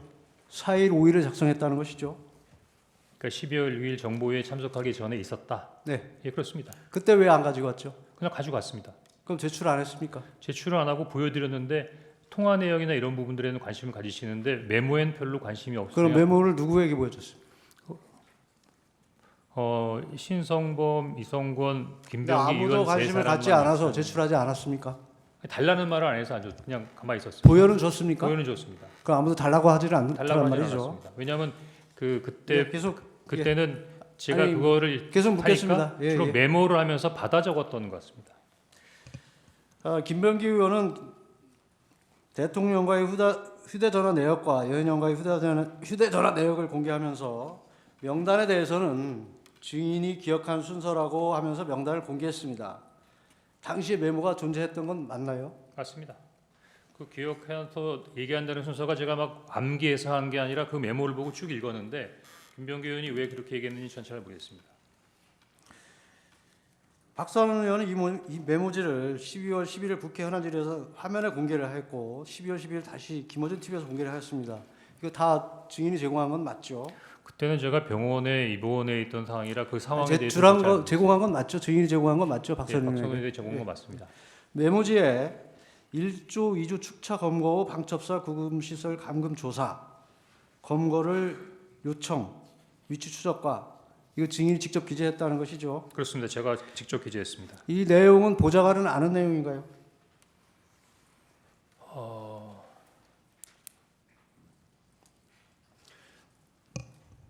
처음 보좌관이- 메모지에 없었고 나중에 가필한 것이기 때문에 보좌관은 모르나요? 아니 혹시 뭐 보좌관이 왔다 갔다 하면서 사실 보좌관이 다른 사람처럼 생각하는데 차장실 정도가 되면 이 정도보다도 훨씬 자 이제 보세요. 일이 많이 있습니다. 예. 메모를 그 3일 계엄 당일 또 4일 5일까지 정리를 했나요? 그러면 이미 비상계엄이 해제가 됐습니다. 그리고 당초에 5일까지 한 게 아니라 4일날 4일 날 오후에 완성이 된 완성이 거죠. 됐습니까? 예. 그러면 이미 그때는 비상계엄이 해제된 시각이고 그리고 여인영 사령관이 증인에게 명단을 불러준 이유는 그 위치 추적이라고 한 것이 맞죠? 예, 위치 추적이라고 하는 게 맞습니다. 위치 추적이 분명합니까? 네. 위치 확인입니까? 추적입니까? 확인과 추적이 어떻게 달라지는지 잘 모르겠는데요. 그러면 이미 체포자가 비상계엄이 해제됐고 이거 명단을 이용해서 더 이상 사용할 데가 없는데 또 증인은 아까 미친 짓이다까지 했던 메모를 다시 정서한 이유가 뭡니까? 위치 추적을 위해서 필요한 것은 아닐 테고 이미 제가 미친 비상계엄이 짓이라 해제됐기 때문에 그렇다면 증인은 이 어떤 다른 목적, 정치적으로 활용하거나 어떤 증인의 입지를 확보하기 위한 목적으로 작성했던 건 아닙니까? 그 메모지로 어떤 정치적 입지를 만들 수 있죠? 아니란 말이죠. 아닙니다. 그 메모지에 아까 말한 1조, 2조 추차 검거, 방첩사 구금시설 감금 조사 등에 기재한 이유는 뭐 기억력을 되살려 넣기 위해서 기재한 겁니까? 왜 기재한 겁니까? 아침부터 저녁까지 여러 정보 보고를 받다 보면 아침에 받은 정보 보고를 가끔 잊어버릴 때도 있습니다. 제가 아니 보기에는 이미 이때는 비상계엄도 메모해 놓은 해제되고 예. 뭐 특별히 이게 사용할 데가 없는 것인데 굳이 왜 또 정리를 해놨냐고 묻는 겁니다. 정보적인 차원으로 해도 방첩사령관이 비상계엄 때 한 뭐 그러면 그런 일이 있었다는 것을 적어 놓은 겁니까? 아니 10여 명의 계속 묻겠습니다. 10여 명의 인원을 체포하려고 했다고 하면 최소한 이런 사람들이 이렇게 했다는 부분 정도를 기억하고 있어야겠다고 그걸 생각하지 기억할 않겠습니까? 이유가 있나요? 국정원의 대공수사권이 언제 없어졌죠? 지난 정부에 없어졌던 것 같습니다. 안보조사국은 언제 생겼습니까? 안보수사국은 이번 정부가 생긴 다음이었던 것 같습니다. 안보조사국은 2차장 산하인가요? 예, 2차장 산하입니다. 그 메모지에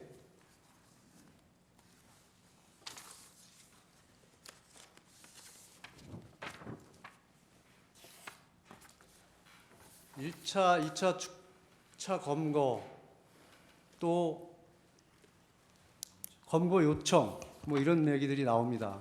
근데 여인영 사령관은 증인과 통화했을 때는 체포조가 아직 나가 있을 때도 아니라고 하고 있습니다. 그런데 증인은 아까 증언에서도 체포조가 나가 있습니다라고 여인영 사령관이 얘기를 했다고 합니다. 그건 맞지 않는데 상식적으로 어떤가요? 글쎄 저는 그냥 이야기한 대로 들었기 때문에 그 체포조의 어떤 동선이나 이런 부분 이야기한 대로 적은 것이 아니고 당초 메모에 증인이 특정 목적을 가지고 이걸 기재해 넣은 것이라고 볼 수밖에 없습니다. 왜 그러냐면 이게 체포조 출동 시간과도 맞지 않고 방첩사에 구금 시설도 없고 지난 기일에 재판관님께서 물었을 때 검거 요청은 아닌데 검거 지원 요청을 잘못 기재했다고 했습니다. 여러 가지가 상식에 반합니다. 그렇다는 것은 이것이 조작되거나 특정한 목적으로 작성됐다는 것을 설명하는 이유가 그것밖에 없다고 생각한다는 것입니다.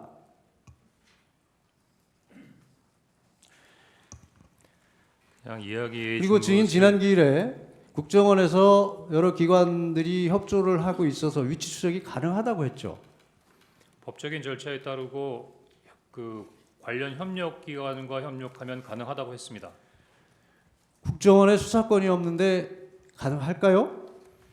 대공수사권은 대공 혐의자를 잡을 때 하는 부분이지만 국제범죄에 관련된 부분은 국제범죄자에 대한 부분에 있어야 법적인 조치를 할 수 있죠.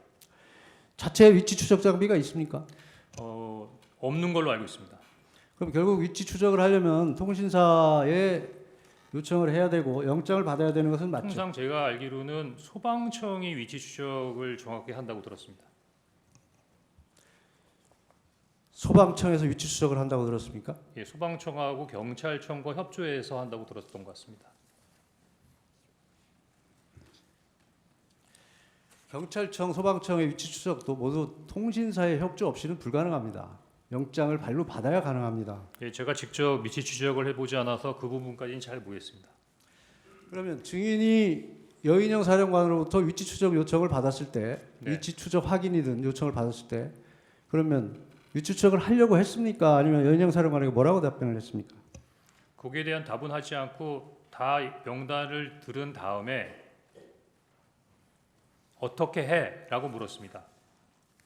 뭐 예를 들어서 위치 추적을 하든 어떻게든 어떻게 하면 어떻게 해? 했더니 저에게 직접 전화를 주십시오. 이렇게 이야기했던 것으로 기억됩니다. 결국 결론적으로 보면 증인이 할 수 없는 일을 요청받았다는 것이네요. 그렇다면 증인은 그건 우리가 할 수 없는 일이다라고 분명히 얘기했어야 될 것이고 특히 이거 미친 짓이다까지 생각이 들었는데 그거에 대해서 어떻게 해라고 묻는 것이 상식에 부합하나요? 만약에 여인영 사령관이 저에게 그랬다면 아마 제가 혼을 냈겠죠. 그런데 그 전에 지시를 받았지 않습니까? 그 부분에 대해서는 고민을 했습니다.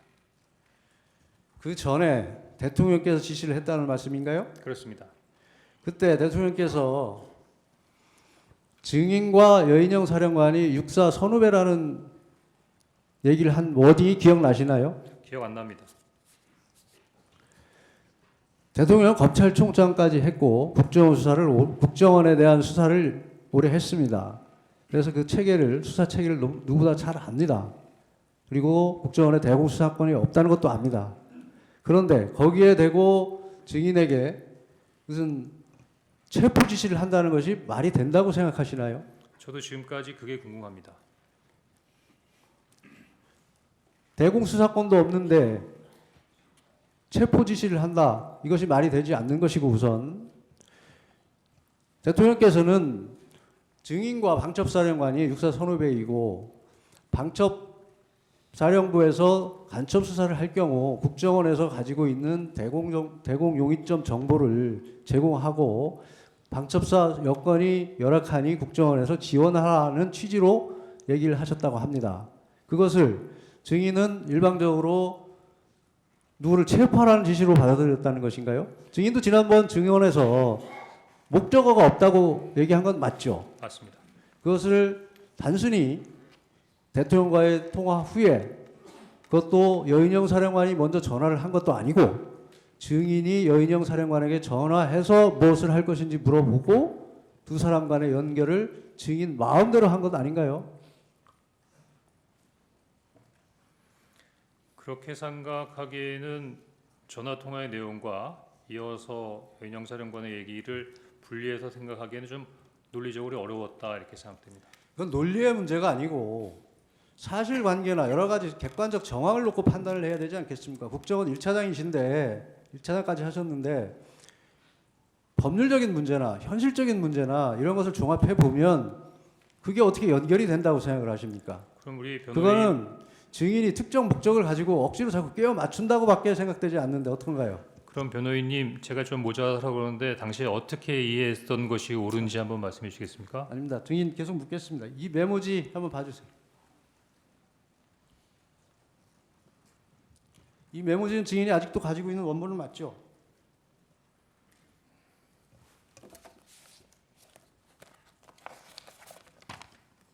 예, 가지고 있습니다.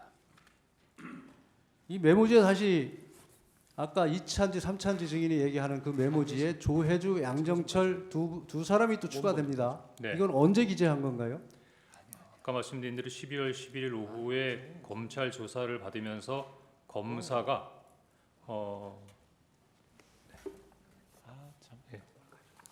예, 됐습니다. 원본 좀 달라고. 예, 원본. 언제 기재한 겁니까? 검찰 조사 받을 때입니다. 12월 11일입니까? 12월 11일 오후로 기억합니다. 그러면 검찰에는 왜 이것을 제공을 안 하고 아까 그 보여준 문서 그거를 제공을 했죠? 제출을 했죠? 이 조혜주, 양정철 언제 기재한 겁니까? 조혜주, 양정철 검사님께 이 메모를 설명하는 과정에서 제출했습니다. 증인이 검찰에 제출한 메모지에는 조혜주, 양정철 이 가필된 부분이 없습니다. 그러니까 그때 제출했습니다.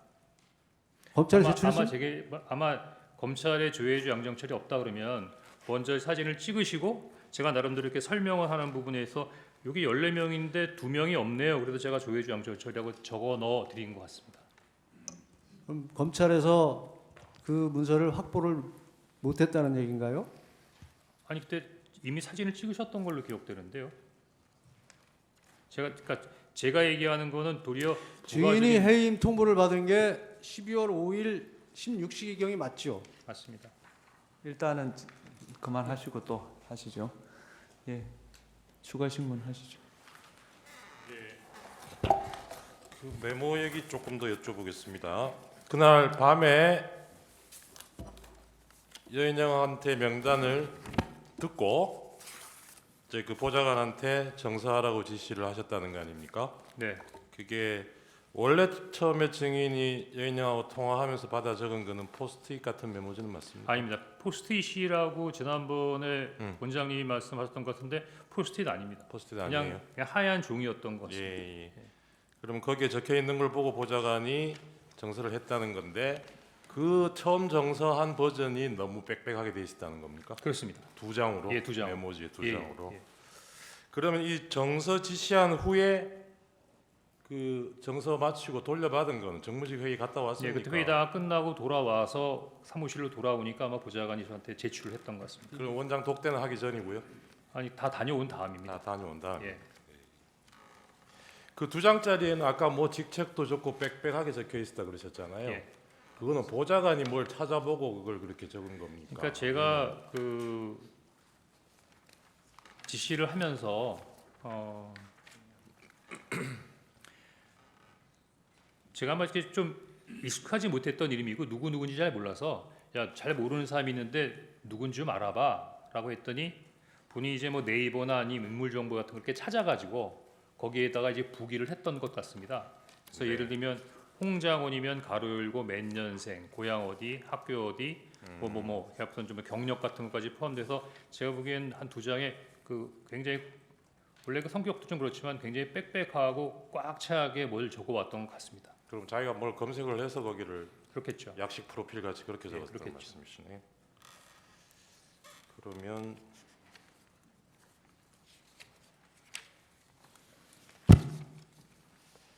아까 대통령한테 그날 처음 전화 받았을 때 있잖아요. 네, 이게 전화를 드린 거죠. 처음에는 못 받았고 대통령이 전화했을 때는 못 받았고 8시 22분에는 제가 전화를 드린 드렸고요. 거죠, 그죠? 그때 예, 그때 첫 통화를 하신 거 아닙니까? 네, 그때 대통령이 증인한테 원장은 미국 가 계시죠? 뭐 이런 질문을 하던가요?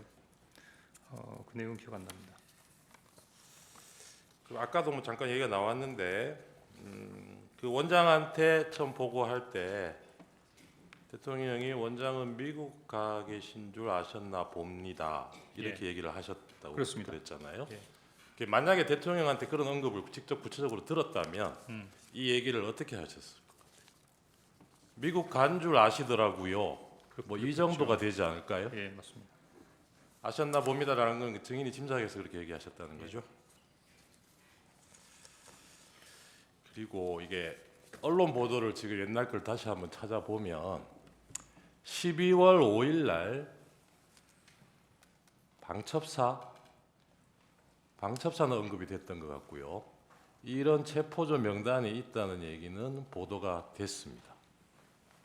그런데 이게 대통령이 지시한 거하고 연결되는 거는 증인 얘기가 처음이죠. 그게 아마 12월 6일자 조선일보 기사가 처음이었던 것 같은데 세상에 알려졌던 거는 그게 맞습니까?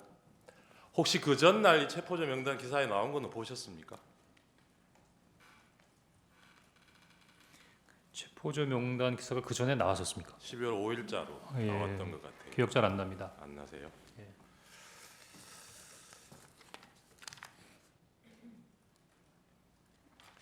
그 아까 박선원 의원하고 카톡 주고받고 사진 보내주고 하셨던 거는 그게 직접 만났다는 얘기는 제가 지난번에 그 아마 안 만났습니다. 예. 조태영 증인 신문 때 재판관님이 물어보셔가지고 저도 그때 상대방 그 신문사항이 워낙 늦게 나와가지고 급하게 사실 확인을 하느라고 소추위원 씨를 통해서 확인을 해보니까 그날 뭐 말씀하셨던 대로 그 다른 일정이 있어서 정보위 설명 때는 박선원 의원이 원래 간사인데 못 오셨고 네. 그래서 나중에 나한테도 설명을 해달라 요청을 해서 네. 그래서 저는 그 부분을 이제 당연히 뭐 만나서 설명을 들었겠거니 하고 그렇게 말씀을 드렸던 건데 그건 제가 좀 오해가 있었던 부분이고 만나지는 않고 카톡으로 받고 사진도 카톡으로 보내주셨다는 거죠. 그렇습니다. 네.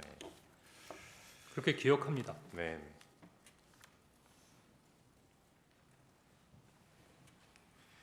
증인 처음에 대통령한테 전화 받고 이번 기회에 싹 다 잡아들여라.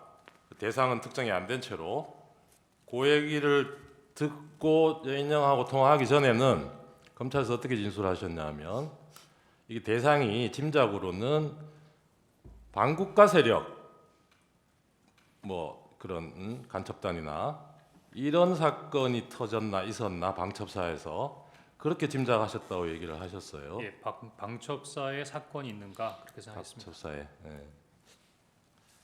그런데 그날은 아마 그럴 경황이 없었을 테고 나중에라도 이 대통령 비상계엄 선포하는 대국민 담화문 찬찬히 한번 보신 적 있습니까? 그 외에도 여러 가지 일들이 많아서 담화문을 챙겨볼 수 있는 기회는 없었습니다. 지금이라도 한번 보십시오. 보면 예, 계엄 선포 이후로 반국가 세력이라는 말을 한 4-5번 쓰고 있습니다. 그리고 어떤 때는 국회라고 하기도 하고 민주당이라고 하기도 하고 어떤 대목에는 반국가 세력 앞에 종북이라고도 붙여져 있어요. 이 반국가 계엄 선포문하고 연결시켜 보면 증인이 처음에 그 짐작했던 반국가 세력이 여인영한테 들은 명단하고 다른 얘기가 아닌 것 같거든요. 그런 생각은 안 해보셨어요?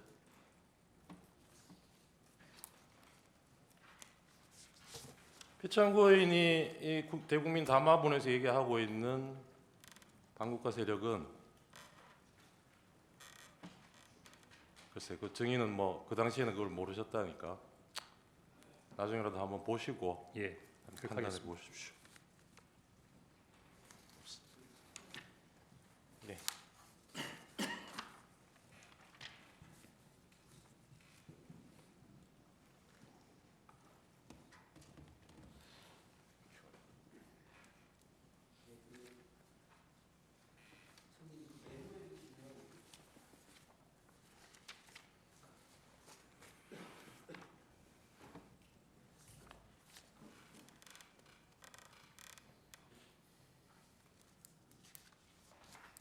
증인 메모해 보시면 그 방첩사 구금시설이라는 표현이 있지 않습니까? 기억나시나요? 증인이 하신 메모해 보면 방첩사 구금시설 혹시 그거 이제 여인영 그 방첩사령관한테 직접 들으신 거 그대로 메모하신 거죠? 네, 혹시 그 방첩사에 구금 시설이 있다라는 거 없다라는 거 알고 계셨나요? 모릅니다. 갑 29-10호증 한번 제시해 보겠습니다. 수사기록 3928쪽인데요. 그대로 읽어드리고 그러면 이게 김대우 방첩 수사단장 진술조서인데요. 그리고 나서 사령관님이 저한테 구금 시설이 어디 있냐면서 방첩사에 구금 시설이 있냐고 물어보았습니다. 이런 표현이 있습니다. 이걸로 보면 이제 증인께서 기재한 그 부분을 듣고 기재했다라고 보이는데 특별히 이 부분에 대해서 기억이 있으십니까? 방첩사 구금 시설 이 부분에 대해서? 지금 수사단장이 얘기했던 이 내용이 저와의 대화와 관계가 있습니까? 지금 그 저번 증인 신문 때 네, 그 방첩사 구금 시설이 없는데 네, 왜 증인은 그런 메모를 했느냐고 그래가지고 좀 신빙성에 의심을 받았지 않습니까? 예, 그래서 제가 모른다고 했습니다. 그러셨죠? 예, 예. 혹시 이 메모를 작성할 때 네.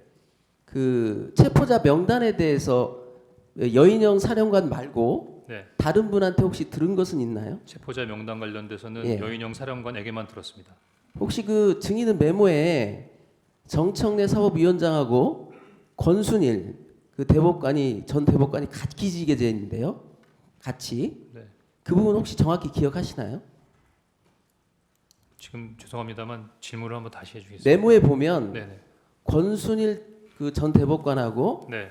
그다음에 정청래 사법위원장이 같이 기재되어 있습니다. 네네. 근데 이제 다른 많은 메모들이 있는데 네. 이 두 분이 같이 기재되어 있거나 네. 같이 언급된 수사 기록이 없어서 그래요.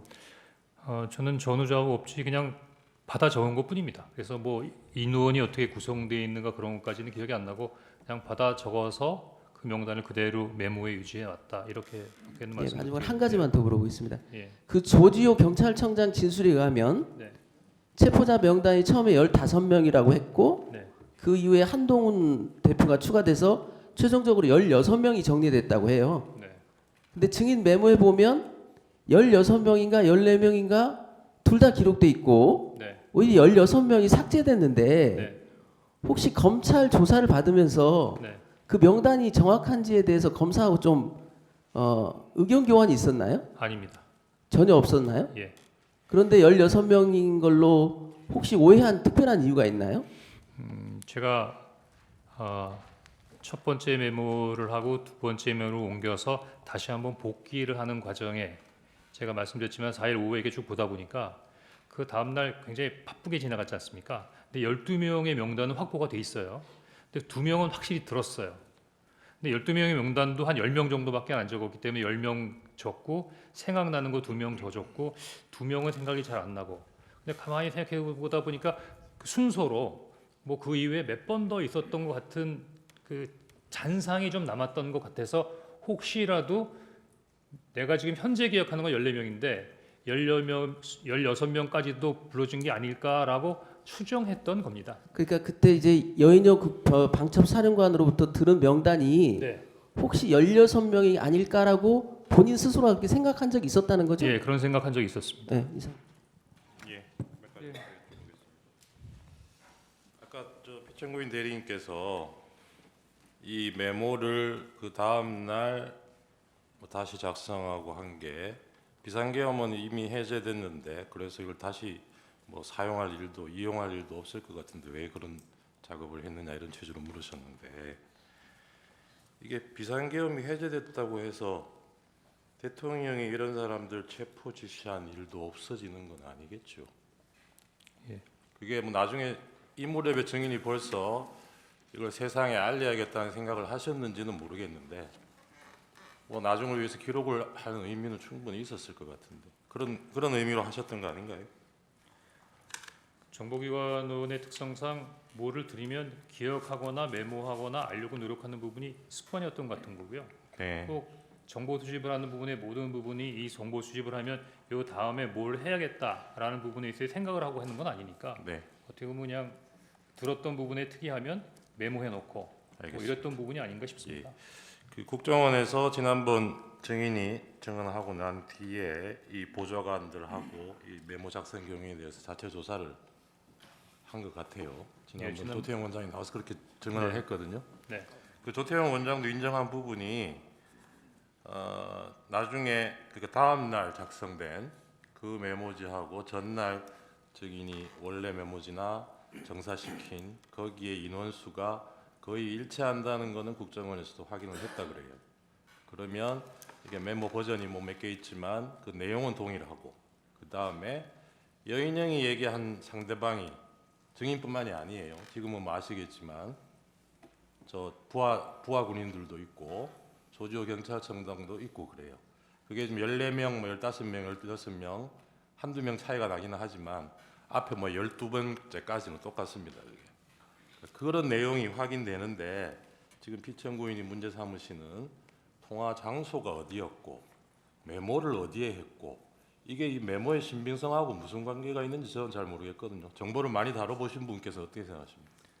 저는 지금 여러 가지 오해나 여러 사람들에 대해서 이야기를 하는 과정에서 보좌관한테 정서를 한번 스키 천만다행이라고 생각합니다. 만약에 제가 혼자만 가지고 있었고 혼자만 썼다면 누가 제 말을 믿어주겠습니까? 도리어 이번에 그 국정원장께서 저희 보좌관들을 조사하는 과정에서 이게 명단을 받던 사람의 어떤 증인이 나온 것 같다는 생각이 들고요.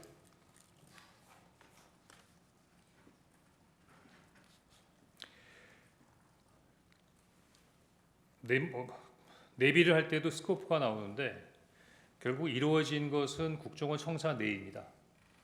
제 사무실에서 3분 거리에 떨어지는 원장 직무실, 그 원장 관저, 그 선상에서 이루어진 거거든요. 네. 그러면 시간은 그 통화 내역으로 정해져 있기 때문에 이미 정해져 있고 사무실에서 관저현관까지 그 짧은 기간의 거리 내에서 이루어졌다면 그 어디서 이루어졌다 하더라도 크게 놀랄 일은 아니지 않습니까? 네, 이상입니다. 질문 재판부에서 하겠습니다. 예, 승인. 그 국정원장이 대통령께 주례 보고하는 거 있죠? 네, 일주일에 한 번씩 합니까? 통상 그랬던 것으로 기억합니다. 지금 그 김규현 국정원장이 2023년 11월 26일에 퇴임한 걸로 되어 있고요. 그리고 조태용 국정원장이 2024년 1월 16일에 취임을 했거든요. 네, 그러면 그 중간에 한 달 반 정도 네, 기간이 비는데 네. 그 기간 동안 주례 보고는 누가 합니까? 제가 그 기간 동안에 직무 대리를 했고요. 그 기간에는 주례보를 안 했습니다. 안 필요하면 그때는 국가안보실장에게 필요한 정보를 제공했습니다. 예. 그 증인은 지금까지 그 피청구인을 총 몇 번 정도 만났습니까? 몇 번 만났냐 예, 말씀이시죠? 만난 적. 제가 기억하기로는 6번입니다. 아까 뭐 길에서 보고 그런 거 말고 그런 거 말고 6번 정도라고 기억합니다. 언제인가요? 제가 처음으로 차장으로 취임했을 때 1차장과 2차장의 취임을 축하해 주시는 저녁을 한번 했던 기억이 나고요. 식사를 같이 했어요? 예. 예. 그다음에 한 4번 정도는 대통령께 독대복은 아니고 원장님하고 같이 배석해서 보고 자리에 갔던 부분이 한 4번 정도 되는 것 같고 그때 안보실하고 그 북한 관련된 부분에 있어서 전문가 그룹의 저녁 식사를 한번 하는 자리가 있었으니까 저녁에 한 2번, 보고 자리 한 4번, 한 6번으로 기억이 됩니다. 그럼 그런 자리 그 자리에 참석한 인원은 그렇게 많지 않은 그러니까 제 말은 대통령하고 이렇게 대화가 좀 오가는 그런 식사였나요? 거기 있는 비서실이나 안보실 관계자들도 다 같이 있는 부분이니까 크지는 않더라도 원탁 정도가 채울 정도에 있어서 인원들의 저녁 식사였던 것 같습니다. 예. 지금 제가 이걸 물어보는 이유가 뭐냐면 그날 대통령실에서 이제 국무회의 할 때 이제 조태영 국정원장이 그 자리에 있었다는 거거든요. 이제 그런데 그거를 제껴놓고, 그러니까 원장을 제끼고 지금 1차장한테 전화를 했다는 게 조금 약간 좀 이상하고요. 그 다음에 통화 내용 자체도 굉장히 그 단도직입적이에요. 뭐 봤지, 비상계엄 발표하는 거 이러면서 시작했다는 거니까 증인과 대통령은 이게 서로 상대방에 대해서 상당히 어느 정도 인식하고 잘 아는 그런 사이였나요? 대통령께서 어떻게 생각하시는지 잘 모르겠지만 저는 그 충심으로 모셨던 것 같습니다. 아니요, 그런 거보다는 이렇게 뭐 이런 대화가 좀뭐 전혀 뭐 초면에 이런 얘기 하기는 어렵잖아요. 뭐 초면에 하면 나 대통령인데 뭐 이런 얘기부터 해야 되는 거 아니에요. 근데 지금 지시하는 거 잘 들어. 뭐 이렇게 얘기를 해야 되는데 이건 그냥 봤지, 비상계엄 발표하는 것부터 대화가 시작됐다고 하니 그 정도 얘기할 사이가 되는 거냐고요. 그 부분에 대해서는 제가 뭐라고 답변 드릴지 잘 모르겠습니다. 그 다음에 이제 그날 23시 30분에 이제 정무직 회의를 하고 나서 이제 조태현 국정원장에게 들어가서 좀 얘기를 했잖아요. 네. 그때 이제 대통령께로부터 전화 받았습니다 하고 대통령이 원장님이 미국 출장 가셨는지 아셨나 봅니다 하고 뭐 방첩사 지원하라고 하십니다 뭐 이런 얘기 쭉 했잖아요. 네. 그런데 이제 그때 조금 이상한 거는 그때 국정원장께서 뭐 놀라거나 그거 무슨 일이야, 그거 어떻게 된 거야 하고 좀 자세히 설명해봐 뭐 이런 식으로 대화가 오갔나요? 일체 답변이 없으시고 방금 말씀하신 것처럼 거기에 대해서 반응하지 않으셔서 사실 좀 당황했었습니다. 놀랐나요? 아니요, 안 놀랐습니다. 그러니까 조태용 원장이 안 놀랐다는 거죠. 네. 그럼 뭐 증인은 그때 좀 어떻게 생각을 했나요? 왜 안 놀라시지? 뭐 이런 거에 대해서 증인의 생각은 어땠습니까? 뭐 마지막에 지침이나 방향을 달라고 얘기하는데도 불구하고 그냥 자리에서 일어나시는 걸 보면서 나하고 이제 이 부분에 대해서 구체적인 부분으로 얘기하고 싶어 하지 않는구나라고 느꼈고 당시에 통상 공직에 있는 사람들은 보고를 받고 지시를 했다는 부분들은 그만큼의 책임이 있는 부분이기 때문에 이런 상황에서 그런 부분에 있어서 책임을 안 지시겠다라는 부분을 이해했습니다. 증인 말을 들어보면은 그 원장님 최소한의 지침과 방향은 주셔야죠라고 했더니 조태용 원장이 화를 내듯이 자리를 박차고 일어나서 더 이상 대화가 어렵다고 생각했다 이렇게 증인이 얘기를 했는데 네, 그런 내용이 맞습니까? 그렇게 기억합니다. 조금 더 자세히 설명해 줄래요? 그때 상황을. 어디부터 시작할까요? 그러니까 최소한의 그러니까 거기부터 얘기를 하죠. 방첩사를 지원하라고 합니다. 방첩사가 이재명, 한동훈을 잡으러 다닙니다.라고 얘기한 다음부터 예. 끝까지. 그래서 전화를 받았다는 부분하고 방첩사를 지원한다는 내용까지는 뭐 평이한 내용이라고 생각할 수 있는데 방첩사가 이재명, 한동훈을 잡으러 다닌답니다. 그러면 다소 놀라시거나 거기에 대해서 특별한 관심을 표할 거라고 제가 생각했거든요. 그런데 내일 아침에 얘기하자라는 말씀이 조금 당황스러웠고요. 저는 지금 지시를 받아서 뭔가 해야 된다는 생각도 있고 또 구체적인 부분의 내용을 알고 있는데 그런 부분을 원장님하고 상의하고 싶거나 아니면 보고 드려야 하는 상황에서 뭐가 딱 막힌 느낌이 들어서 저기 기본적인 부분에 대해서 지침이나 방향을 주셔야 하는 말씀했는데 아마 그 부분에 대해서 조금 아침에 얘기하기로 했는데 뭐 이렇게 말이 많아 뭐 이런 식의 반응이시지 않았나 생각합니다. 예, 알겠습니다. 예, 감사합니다. 의견 진술 아니 의견 진술 기회 좀 들어보고 또 하시죠. 예. 의견 진술 기회 드리겠습니다. 의견 진술 기회 드리겠습니다. 먼저 저도 12월 4일인가 아마 4일인 거로 기억이 되는데 그 여인영 그 방첩 사령관이 그 조지호 경찰청장한테 뭐 위치 확인, 뭐 체포 이런 거를 부탁했다는 기사를 보고 저도 김용현 그때는 국방장관이 구속이 안 돼 있는 상황이어서 제가 이게 어떻게 된 거냐라고 물어본 적이 있습니다. 그랬더니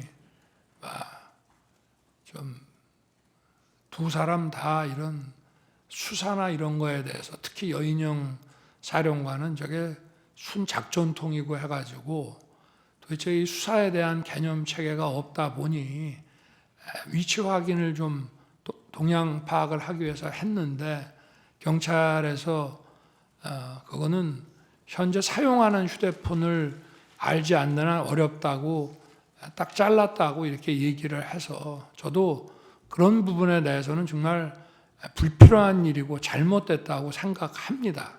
그러나 지금 이제 우리 국정원 1차장의 이 메모와 관련된 문제는 그런 차원의 문제가 아니고 저와 통화한 거를 가지고 대통령의 체포 지시라는 것과 연결을 해서 바로 이 내란과 탄핵에 이 공작을 했다는 게 문제입니다. 지금 제가 그 당시에는 지난번에도 말씀을 드렸지만 국정원장이 미국 출장을 갔는지 여부에 대해서 좀 오해가 있다 보니까 사실은 직무대리인 1차장에게 통화를 하게 된 그러면서 지금 이런 상황이 지금 발생을 했다고 지난번에도 말씀을 드렸는데요. 제가 여인영 그 방첩사령관을 도와줘라라고 한 얘기 그리고 제가 1차장에게 이따가 전화 혹시 할 수도 있다라고 한 8시 반경에 얘기를 해서 10시 넘어서 제가 이제 계엄 선포를 다 하고 올라와서 전화를 한 이유는 아까도 말씀드렸지만 몇 차례 본 적도 있고 또 뭐 일도 열심히 하는 것 같고 이렇게 해서 제가 격려 차원의 전화를 한 건데 그중에서 제일 중요한 부분이 우리 홍 차장이 여인영 사령관하고 육사 선후배잖아 하는 얘기가 가장 중요한 얘기인데 아까 그 얘기 못 들었다고 거짓말하지 않습니까? 제가 전화를 한 이유는 간첩 사건에 대해서 국정원이 가지고 있는 정보를 전부 경찰에만 주려고 하지 말고 방첩사도 수사 역량이 있고 원래 지난 정부에서 방첩사 수사 요원을 2분의 1로 감축을 시켜서 군 방첩 활동과 방산 이 안보 활동에 지장이 많이 초래가 됐기 때문에 우리 정부에서는 수사관을 계속 증원해 나가면서 이를테면 창원의 방산업체 그 보안 지키는 문제부터 시작해서 방첩사를 계속 키워오고 있는 상황이고 제가 김규현 국정원장뿐 아니라 조태용 국정원장한테도 방첩사 지원을 수도 없이 얘기를 했습니다. 그래서 제가 1차장에게 전화를 하게 되면 이거는 그 얘기하려고 하는 것이지 계엄과 관련된 사무는 국정원에 당시에는 뭐 요청할 일도 없고 또 만약에 여러 가지 계엄과 관련된 정보사항을 좀 파악을 해야 되겠다 하면 대통령이 국정원장한테 전화를 하지 차장한테 전화한다는 거는 이거는 공직사회에서 있을 수 없는 일입니다. 그리고 지난번 그 국정원장 그 어디 경찰 조사 때도 뭐 대통령께서 국정원 직제를 잘 모르시는 것 같습니다라고 조서를 수사관이 받은 모양인데 그거 전부 엉터리입니다.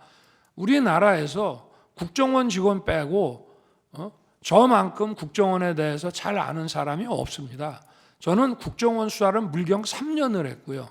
그리고 국정원, 방첩사, 경찰의 이 대공 역량을 보강하기 위해서 취임 이후에도 엄청난 노력을 했을 뿐 아니라 국정원 인사를 벌써 여러 차례 해온 사람이라 속속들이 저는 잘 압니다. 제가 1차장한테 이런 얘기를 한 것은 육사 선후배이기 때문에 좀 국정원에서 이런 걸 할 때 정무직 회의라든가 간부 회의 때도 좀 거들어 주라는 얘기를 이제 한 것인데 이거를 간첩을 좀 많이 잡아 넣기 위해서 정보를 좀 경찰만 주지 말고 여기다가도 방첩사에도 주고 지원을 좀 해주라는 얘기를 이런 무슨 목적 없는 체포 지시로 해서 그 여인영이 뭘 부탁도 안 하는데 대통령이 도와주라고 그랬다고 해서 이런 거를 받아서 여인형은 경찰에다가 물어보니 경찰이 어렵다고 하니 국정원은 뭐 미행이라도 하고 뭘 하니 그 뭐 위치 확인하는데 좀 도움이 될까 해서 헌 얘기를 이렇게 엮어가지고 대통령의 체포 지시로 이거를 만들어냈다는 게 이 핵심입니다. 이게. 그래서 이 메모를 아까도 왜?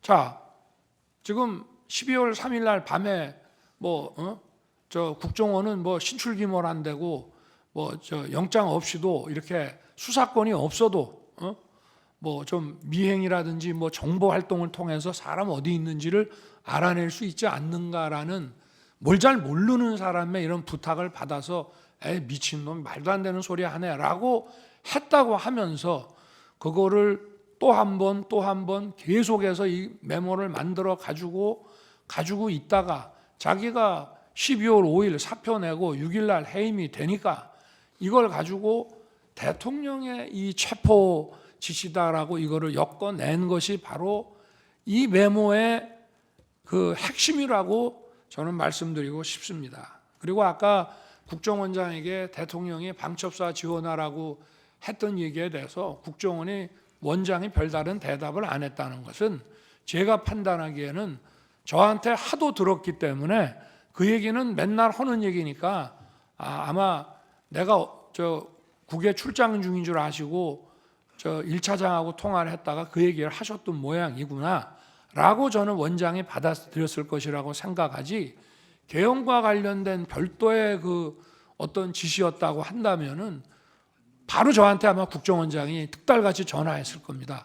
1차장한테 뭔 지시를 하셨다는데 그게 뭡니까 하고 그래야 그게 국정원장이지 아니 개헌과 관련된 지시라고 생각을 하면서 1차장 말을 그냥 무시해버리고 아니 그 앞에서는 무시하는 척을 하더라도 대통령이 자기 밑에 사람한테 뭔가 개헌과 관련된 업무 지시를 했다면 특달같이 저한테 전화하는 게 상식 아니겠습니까?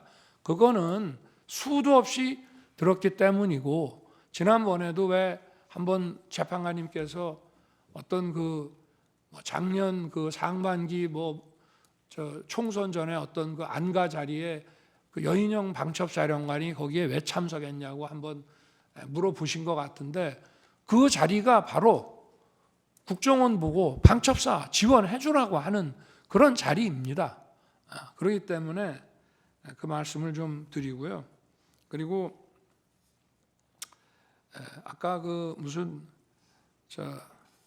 제 무슨 처와 국정원장 간에 휴대폰 뭐 문자 주고받았다는 부분에 대해서는 그건 뭐 저도 알 수 없는 것이지만 저와 제 처는 지난 11월 7일 대국민 담화와 기자회견한 이후에 소통 방식을 개선하고 휴대폰을 바꾸겠다고 이미 국민들에게 다 말씀을 드려서 제가 아마 11월 중순에서 남미 G20하고 APEC 출장 가기 직전 아니면 그 직후에 휴대폰을 바꿨습니다. 그래서 비화폰을 저 같은 경우에는 국정원장하고 썼고요. 아마 제 아내는 국정원장이 안보실장이던 시절에는 전화번호를 가지고 있었을지 모르지만 휴대폰을 이렇게 그 비화폰 아닌 개인 휴대폰을 바꾸고 원래 휴대폰을 다 없애버렸기 때문에 저는 그 통화 내역이 어떤 건지 사실 좀 궁금합니다. 네, 이상입니다. 네, 추가 5분 드리겠습니다. 추가 신문하십시오. 증인이 해임 통보를 받은 게 12월 5일 16시경이라고 했습니다. 맞죠? 그 다음 날 12월 6일 조간부터 국정원 발로 한동훈 등 정치인 체포 지시라는 뉴스가 보도되기 시작합니다. 기억나시나요? 조선일보에서 그런 기사가 났던 거 기억합니다. 공교롭게도 증인이 해임 통보 받은 다음 날 조간입니다. 그 해임 이유와 관련해서 지난번에 국정원장과 좀 다른 주장을 하시는데 증인 박지원 의원에게 인사청탁 7번이나 한 적 없습니까? 없습니다. 없습니까? 그럼 증인이 직접 하지 않더라도 누구 다른 사람을 통해서 한 적은 있으십니까? 없습니다. 그럼 증인이 대북공작금 횡령 의혹과 관련해서 박지원 의원에게 설명한 적은 있습니까? 예, 있습니다. 증인은 박지원 의원에게 인사청탁을 한 적이 없다고 하지만 박지원 의원이 페이스북에 올린 글입니다.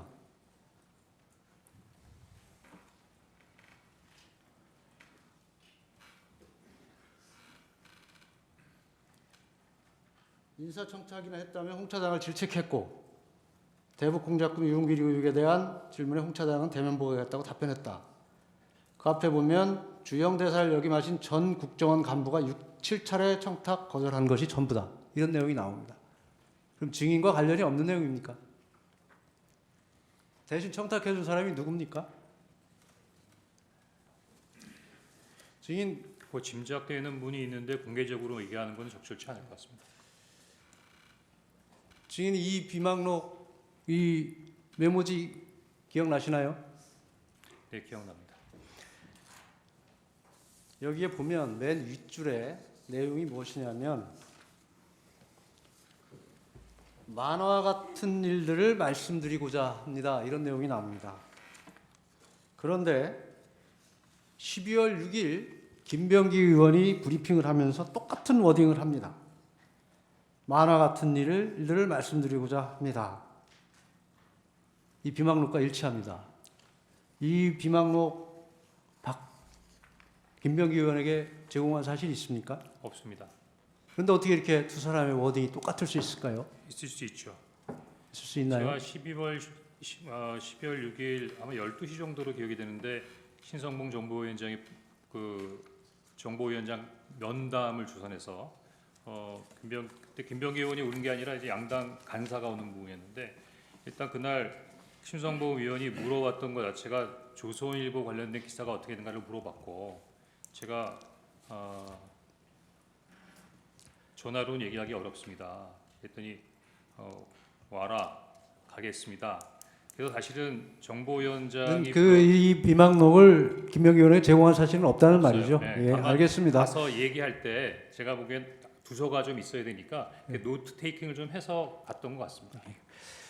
아까 정부인 측이 마치 대통령께서 증인에게 체포 지시를 한 것을 전제로 질문을 했기 때문에 대통령께서 설명을 하셨지만 다시 한번 확인을 하겠습니다. 분명히 증인에게는 목적어가 없었다고 말씀하셨죠. 예, 목적어가 없었다라고 얘기했습니다. 그리고 여인영 사령관과 통화한 것은 여인영 사령관이 먼저 한 것이 아니라 증인이 먼저 한 것이 맞죠. 예, 제가 먼저 했습니다. 그렇다면 논리 구조적으로 증인은 방첩사를 도와주라고 하니까 방첩사에 전화를 했다는 것입니다. 그래서 그렇게 오인을 내지는 그렇게 생각을 했다는 것입니다. 당연하게 생각한다면 여인영 사령관이 먼저 증인에게 전화를 해서 요청을 해야 되는 것입니다. 그런데 증인은 별로 협조적이지 않은 여인영 사령관에게 전화해서 무슨 뭘 도와줄 것을 얘기하고 있습니다. 이게 논리적으로 맞다고 생각을 하시나요? 저는 여인영 사령관에게 전화하고 싶은 마음 전혀 없었고 또 여인영 사령관에게 뭘 도와줘야겠다고 생각한 적도 없습니다. 다만 방금 전에 이상입니다. 지시를 받았으니까 예, 수고하셨습니다. 휴정하고 7시 30분에 속개하겠습니다.